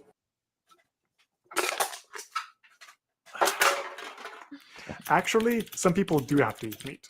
There are people whose disabilities prevent them from not eating meat. There are people who are too poor to afford vegan stuff. There are people. I got into it with someone pretty recently about this. Yeah. It was kind of heated. I'm not gonna lie. It was about like, I'm not even gonna get into it. It was heated. People that live in food deserts and have to eat what they can get. So for you to show up and be like, wow, eating meat is so fucked up, it's pretty fucking rich. Yeah, as you type on your keyboard, why don't you like she's not down at the food pantry saying, "Why aren't you all vegan?" She's talking to you right now. You've got what they call a straw man argument right there. Who the hell is telling people to do things that they literally can't? Veganism is defined as avoiding animal exploitation so far as practicable and possible. Asking people to do something that they can't is moronic, and no one is doing that. Sure. Like when people say, we have to march for our rights. Do you come crashing in from stage right to say, ha, but what about people in wheelchairs? They can't march, LOL. I like that. I like that. They can't march. They can do it. They can do it. Maybe not the best example because they can march. But yeah. Yeah, exactly. Like this is using poor people as your crutch. This is like using a poor person as your reason to not change. Not okay. And by the way, poor people are also capable of making ethical choices. Yeah. And anyway, the vast majority of meat is by definition produced at factory farms. That's why they're called factory farms. The vast majority of that meat is then sold at supermarkets where people do have a choice. And it's those people that are. Yeah, Food Not Bombs. Food Not Bombs feeds people for free and it is vegan, or they did, but many cities kept making feeding people illegal. The possible and practical caveat is crucial in veganism. She's correct. Yeah, well, I mean, yeah, it's I live in a place that got really hard hit recently by a natural disaster. And somehow, some of the vegan restaurants and businesses were able to maintain their ethics. One of them was not, and got a lot of heat for it, and was shocked to find out that they would get heat for it. Now, some of these vegan restaurants and businesses were able to hand out free food. It happened to be vegan. Imagine that. Maintaining your ethics through a storm. Amazing. Wonder how they did it. How did they do it? I mean, fucking hell, right? I don't know. I'm talking about. That still does not address the systemic issue. For one, in the US of A alone, meat and dairy industries receive $38 billion in government subsidies. That's true, but. And for two, if people boycott meat, the meat industry can just lower prices to increase demand. Okay. Great point. They receive $38 billion in subsidies, according to you, which who knows where you got that specific number from, but okay, whatever. Let's take him at his word. So you want to give them more, not just that, but also here, take all my money too. Take that too. Get your subsidies and take my money also on top of that. So you get my tax dollars and my direct dollars. Fuck that. Or start selling to foreign markets. The question here is really one of scale. For one, if vegans became a sizable portion of the population, then doing stuff like passing legislation that subsidizes the animal killing industry will become political suicide. I mean, sort of. For two, dropping the price to increase demand works so long as the price is above the cost of production. Like, according to the infinite wisdom of the free market, the animal flesh was optimally priced to begin with. And so although decreasing price increases demand, the overall profit goes down. By the way, guys, whenever I'm like online and someone starts engaging in this kind of way, like I don't mean in these chats, but like on social media, and you start getting these long ass messages, nobody's reading that shit. I'm not reading that message. So that's when I just start saying, sending little trolly messages. Like, I'm not reading that. Like, give me a break. So when people are like engaging in this way, like all this typing we're hearing, there's not enough time in the day for that. The less demand, the lower the price must go in order to maintain sale volume.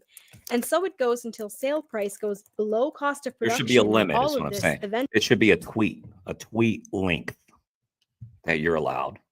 And that's it. We got to cut it off at that point. eventually collapses. Likewise, there aren't an infinite number of foreign markets to dump animal Sorry, doggo. corpses into. If people in those foreign markets go Okay, I changed my stance because of you, doggo, because I respect you a lot. So I take it back. I'm sorry. We will allow 2 paragraphs. vegan, Yeah, there will but be will no they, demand though? for animal corpse exports. Which means that the question here is really one of scale. And instead of saying, well, we need a lot of people to make a difference, so I won't bother, you should say, oh shit, we need a lot of people to make a difference. Let me help. If saving innocent animals is not a worthwhile enough cause, I don't know what is. Well, actually, if people stop eating animals, it'll just shift the problem. Even if the food is vegan, the workers will still be exploited, the environment will still be polluted, and the world will still be fucked. Boycotting animal products won't stop the race to the bottom consequences of capitalism. Furthermore, a lot of vegans make the effort to not buy meat and then become complacent, feeling as though the fact that they don't buy meat is all they have to do for the world. All these people, though, complaining about capitalism, they engage in the capitalism. So to be clear, they're part of it. Their argument is that it's all unethical, but I mean, a lot of times people bring up humans, the human context, right? Like, there's obviously products that are more ethical than less, and less ethical. People bringing up the phones all the time. Your cell phone was made with child labor or something, right? Okay, well, if there's a phone that doesn't use the child labor, you should probably get that phone, right? You should probably use that phone. And I doubt they would disagree with that, but that's because it doesn't require this big change. So this is a recreation, I suppose. I like this channel. It's very funny. And let's not even mention how the demands of Western consumers dictate what other I nations know, right, produce, doggo? propagating something you might have heard of called colonialism. Oh God, here we go with colonialism. Don't get me started. Don't get me started. Don't get me started. All right, there's numerous reasons why possible and practicable is crucial. I've come across a number of young people who embrace veganism, but their parents refuse to offer them plant-based options. Well, that sucks. Yeah, I mean, I think, though, even in that situation, I mean, they could probably take a stand. I don't know. I'm not in that situation, so I won't speak to it. I wish I wasn't old and poor. I want to very much go back to university and get a law degree. If I were in California, I could study and just take the bar exam.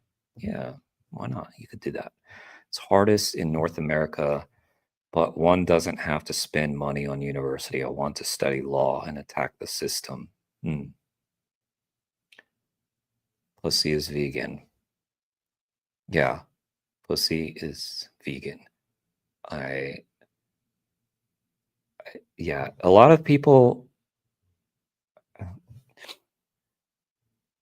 I have been told that a very common question is, what, you can still do oral sex if you're vegan? Guys, seriously.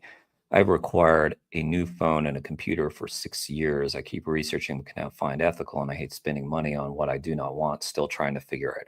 Well, I guess one solution to that, if you're fervently against, would be trying to find a secondhand electronic product, which I realize is not super easy, but that could be one solution to it. You might put out a message, right, on social media and say, hey, I need a new phone. Do you guys have an old phone you don't want anymore? Something like that. Because a lot of people do. They'll have an old phone and that they want to upgrade, and they're just going to send it back to whoever, the company, or just toss them. absolutely right. Boycotting the animal killing industry won't address problems inherent to capitalism, but it will stop billions of brutal animal deaths. Never mind the brutal conditions slaughterhouse workers have to endure and the environmentally disastrous consequences of factory farms. That's why vegans and leftists have to work together.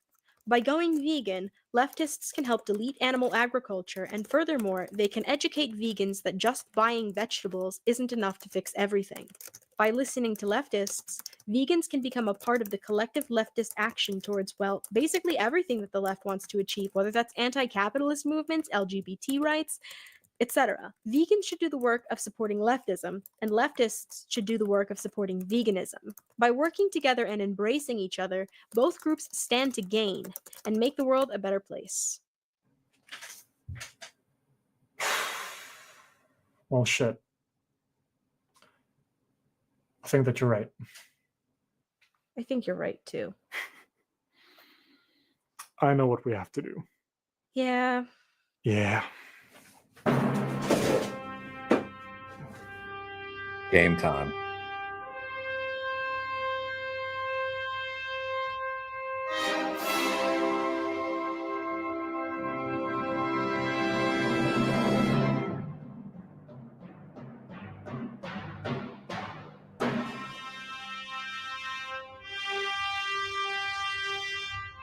Not what I thought they were going to do.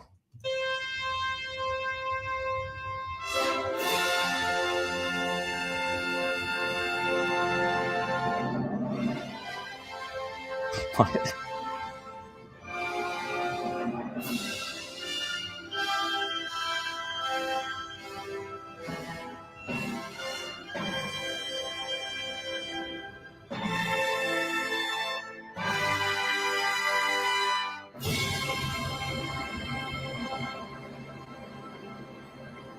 Yay, he's vegan, he's eating grass.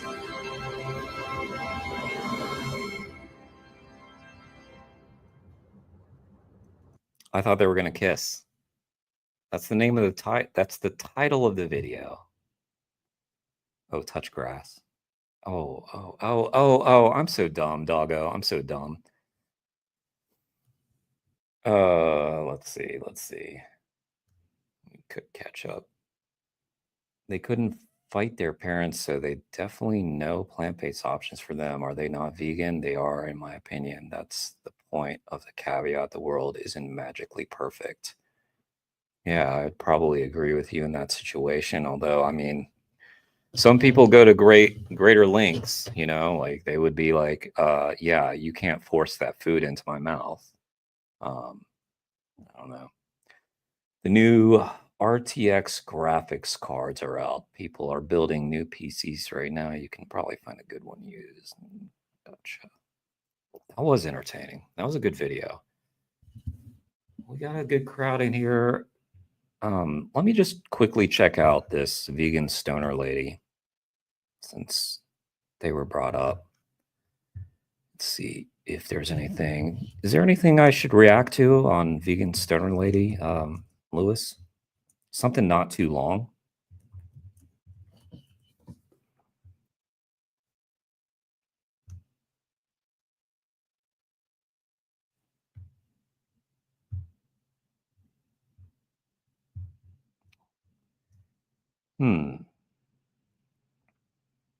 Cool. So,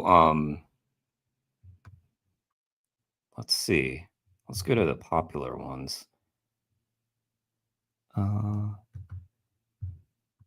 Let me know. Sorry, let me look at the chat.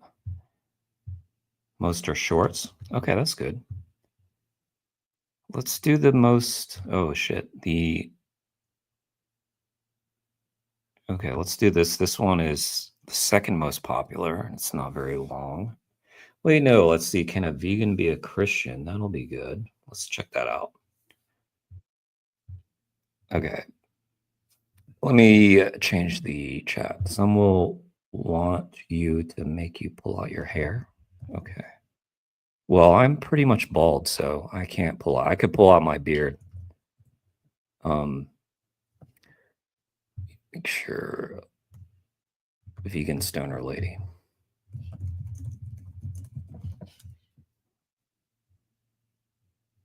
Yeah, that's a good thing about going bald is you're safer. Nobody can grab that, and you don't have anything to pull out unless you grab the beard. Why do we love one but feast on the other? Okay, so I'm gonna ask you a question, and it's gonna tie into this. It's gonna tie back into this. So, are you like pro-choice, pro-life? How's So I'm gonna give you my spiel, and then if you really want my answer, still I'll give it to you. But in my opinion, it doesn't matter. It doesn't matter either way. If you are pro-life and you're not vegan, like why are you pro-life? Is it the sentience of the what you call fetus? yeah. There's an individual that's having an experience, and you're concerned. Oh, hang on a sec, guys. I didn't link to the last video. Let me just let me throw that in the chat just so y'all can go sub to that channel. Show that video some love, and then I'll link to Vegan Sternally at the end. Concerned about their experience, then I'm just here to tell you animals are sentient. They're experiencing the world and making preferences on it, more so than even that fetus. They're pretty intelligent. So I feel that you're being hypocritical if you're pro-life and not vegan. Now, if you're pro-choice and you're not vegan, you're still a hypocrite, because usually pro-choice are about autonomy, having bodily autonomy and choice over my own body, right? I don't want you to tell me what to do with my own body. And if you're then subjecting others to have their autonomy violated for you, you're being a hypocrite. Do you still want to know how I feel, or did you figure it out? I mean, if you could give me your answer, you know what I mean? Like, if you're, I'm guessing you're pro-choice and vegan. I personally am a pro-choice vegan. Yes, I think it is up to a mother and her doctor, or the person who's pregnant and their doctor. It was a good answer, by the way. I mean, I've seen a really good. I think it was Humane Hancock did a really great. He was outside of like a pro-life event and had a great discussion with this one guy about if you're pro-life, what about the animals? And the guy pretty much agreed with him. It was a really special moment. I liked it. Okay, so, and I guess like in that, I'm trying to say this as respectful as I can, and I guess in that sense, then we're both hypocrites, because if I'm saying, you're right, if I'm saying no, I care about the life of a fetus, and then I choose to eat meat, I guess I could be considered. Yeah, doggo. I started losing my hair at like 18. Like, I was young when I started losing my hair. This is crazy. Because I'm like a hairy guy. Like, it's funny. What's that link? CDA. Kane defends animals. What's that link? Are those some videos I should react to?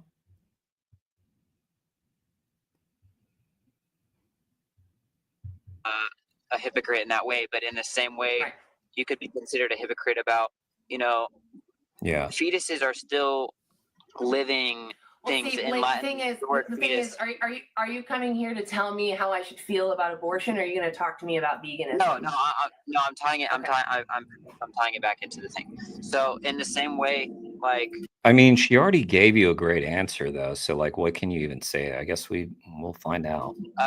fetuses are, in Latin, it means a little one, or a little human. And so the fact that we are taking away their life too, and we're taking away their like experience that they're gonna have. So are you vegan so in the then? same way, no, I mean, I think it's more. I think So then everyone what has gives different you morals. the right? What gives you the right to take the life of an animal that is already here, walking independently on this earth and having experiences? What gives you the right to take away their experiences? What gives you that? And I think that just goes back to a like moral subjectives, because every morals are definitely subjective. Like you see eating meat as wrong, and I see it as it's not morally wrong, but that and I think that's Oh, Kane's links are the videos. Thank you, Kane. So the first one is the last video we watched. The second one's this video. Yes. I should have waited for your message, Kane, but I checked them out just now. Thank you, Kane. I don't disagree with you that moralities are subjective. I totally agree. In fact, but I would ask you then in your. Oh, sorry, I heard an echo. If I would ask you in your moral framework, so this is I'm asking your opinion in your moral framework, not my moral framework, not anybody else's. Do you consider it immoral for me to use somebody who cannot consent to their treatment for whatever I want? I mean, it depends on who you're talking about, though.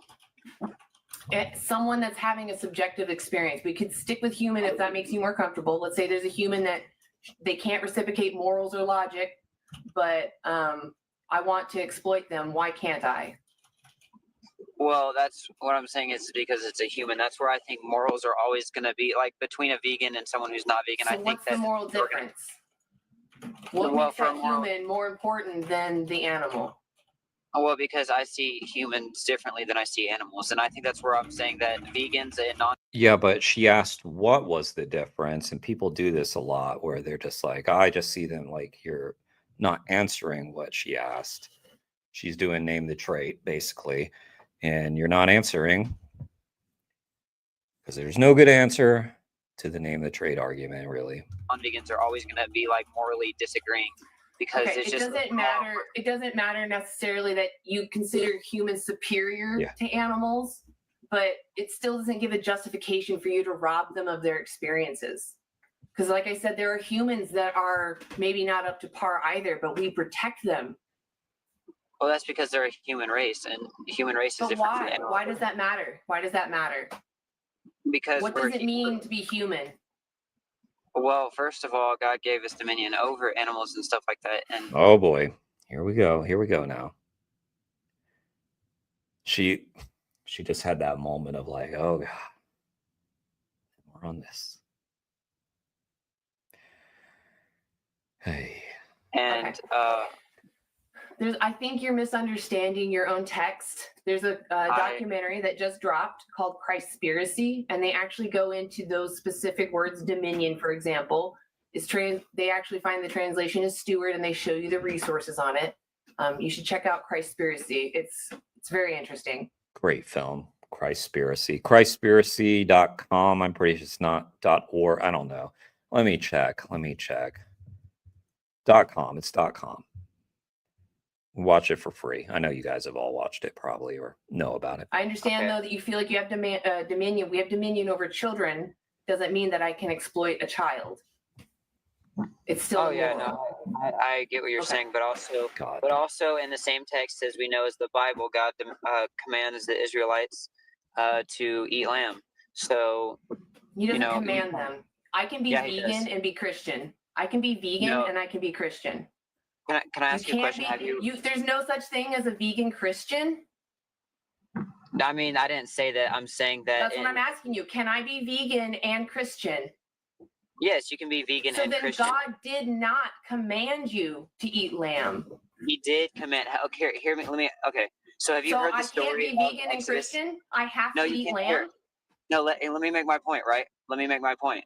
So if it wasn't right for us to eat meat, God wouldn't have commanded us in that He commanded them in that specific time because of the Passover. That specific time. Okay. So yeah, I mean, you're kind of contradicting yourself. He's saying because what are we arguing about? Because God said in this specific time you must eat lamb. Guys, I haven't read the Bible. I'm not going to do that. But okay, I'll take this guy at his word. God said it. You must eat them. Then that means it's okay. Well, we already know that there were parts of the Bible where God said you can eat of the flesh or something in those specific times.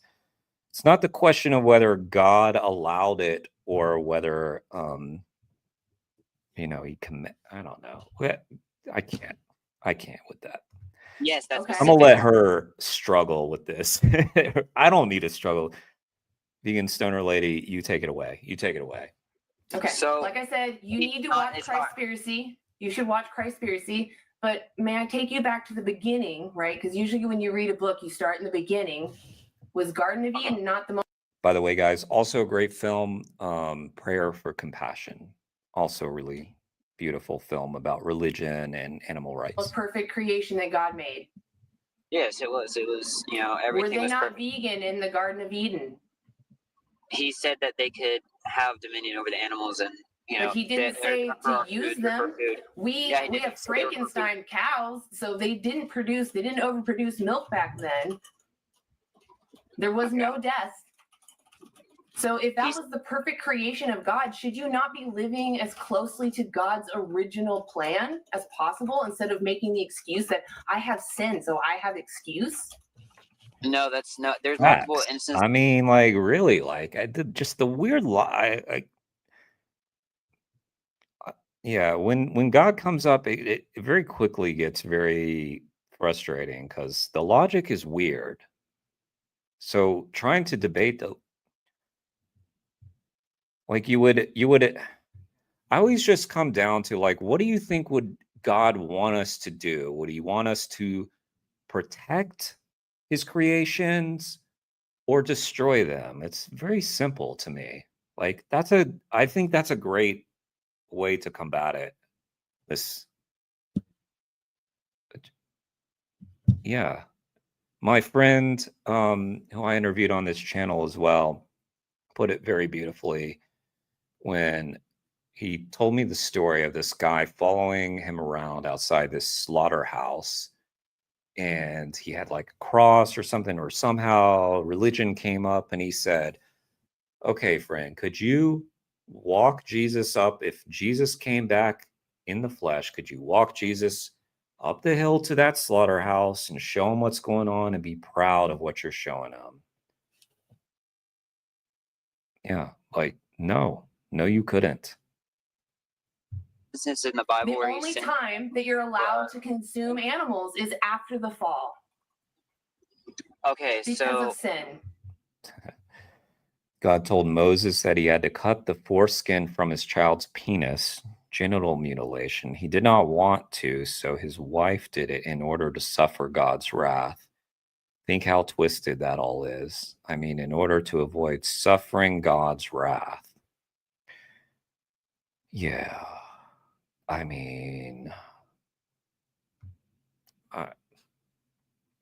to someone who hasn't been raised with religion, which I was not, it all sounds pretty batshit to me, these stories. Just absolute lunacy. And I mean, and I guess unless you were like raised in it, and I'm sorry if I offended anybody just now. I don't mean to do that, but like, yeah, a lot of these stories just they don't make sense. And it's almost like when you have someone summarize them back for you, it's just I'm not trying to offend anybody. I have friends who are Christian and beautiful, lovely people, but I'm just saying how I see some of these things just sound crazy. okay, so what you're saying is that Yeah. that because of that we shouldn't eat meat. I'm saying you shouldn't use animals at all because God made them supposedly feel pain and want to live. But he also commanded the consumption of them in the Exodus. What? He commanded the consumption of a lamb in the Passover. So Okay, my point is he's not commanding you right now. He's not commanding you right now. Animals feel pain and suffer. You can thrive on a plant-based diet. You can be Christian and vegan. There's no moral justification to be using these animals anymore. We're not living in a time of desperation. We live in a time of abundance, most of us. So I'm just saying, if you have option, you should be choosing to not take someone's life over taste pleasure just because sin is in the world and you're allowed to sin a little bit or cause harm because of that sin. You should check out Christspiracy, though. I know I'm a Crickets. just crickets to that. Broken record at this point. I don't know if you're talking or not. I can't hear you if you are. But you should check out Christspiracy because they actually go in depth about specifically Jesus and how he probably lived his life based off of the evidence available. And Cam Waters, by the way, the maker of Christspiracy, along with Kip Anderson, like Cam is very, very well read on this subject. Like he's a scholar, like a biblical scholar. So, I mean, what do I know? I don't know any of it. But I do know that that was a beautiful film, Christspiracy. And wow, just like I think it's honestly one of our best. It's probably one of our best films that we have. Just a beautiful ethical message in yeah, I don't know. Again, what do I know? I was not raised into religion, but as a teen, I read much of the Bible on my own. It's a diabolical book in many ways. I mean, I read a good portion of the Bible at one point because I had friends who were deeply religious, and we wanted to sort of get into philosophical debates about things like gay rights, things like that. And so I was like, maybe I should read the Bible. And I will say, like, when I was reading through it, and I didn't finish the Bible, but I did read a lot of it, I did find it to be like kind of beautifully written in a way. Like it's like very poetic, and in some ways it's a beautifully written book.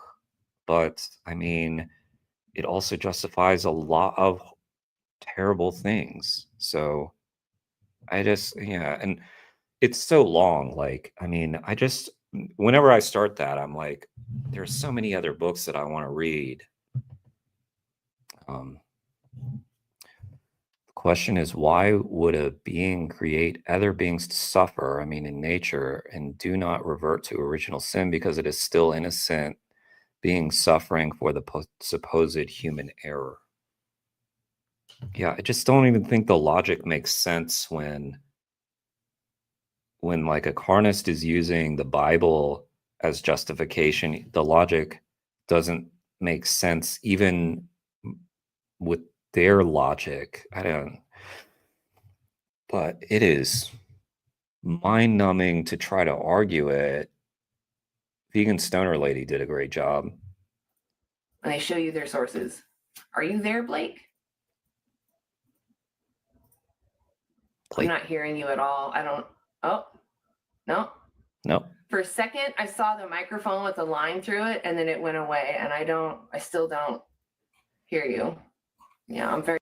You asked, I'm not shocked because you asked him a very provocative question. What was it again? I feel like it was diet. You can be Christian and vegan. Right. There's no moral justification to be using these animals anymore. We're not living in a time of desperation. We live in a time of abundance, most of us. Chirps. So I'm just saying, if you have option, you should be choosing to not take someone's life over taste pleasure just because sin is in the world and you're allowed to sin a little bit or cause harm because of. Yeah, that's the thing. Like, I don't like, that's one of the things of the logic that doesn't make sense to me. Like, it's late, y'all, so I'm not going to get into it too much, but it's just like, what if someone doesn't know all this stuff? Like, they were born without Christianity in a place there's no Christianity. Okay. Like, are they doomed? What if, like, I just like, depending on the beliefs, it's very strange. Like, so you're doomed if you don't get a baptism or something. Some people believe that, right? Where was I going? I don't know. It's quite late. There's also tons left out when it was translated because the stuff left out did not serve those who were using the Bible to further their agenda. Yeah. Well, anyway, guys, I think I'll end the stream here. I'm going to do the link again, but guys, go sub to Vegan Stoner Lady. That was pretty good with a tough question that you raise up. Whenever you're dealing with religion, it's tough. Vegan Stoner Lady did a nice job. So go sub to her. Okay, East Coast as well, Lewis. Cool. Nice, nice fellow East Coaster. Yeah, it's quite late here. So yeah, if you guys aren't subbed to the channel, please do. My channel, anybody who wants to shout themselves out, I know Pigstream was here, and Pigstream makes a lot of content. Kane Defends Animals, making great content as well. And yeah, anybody in this chat, I suppose, who wants to shout themselves out. No Injustice Lasts Forever was here earlier. I know they have some content as well. We haven't reacted to it yet. All right, y'all have a good night. Hopefully I'll get these lights working. All right, love you guys. See ya.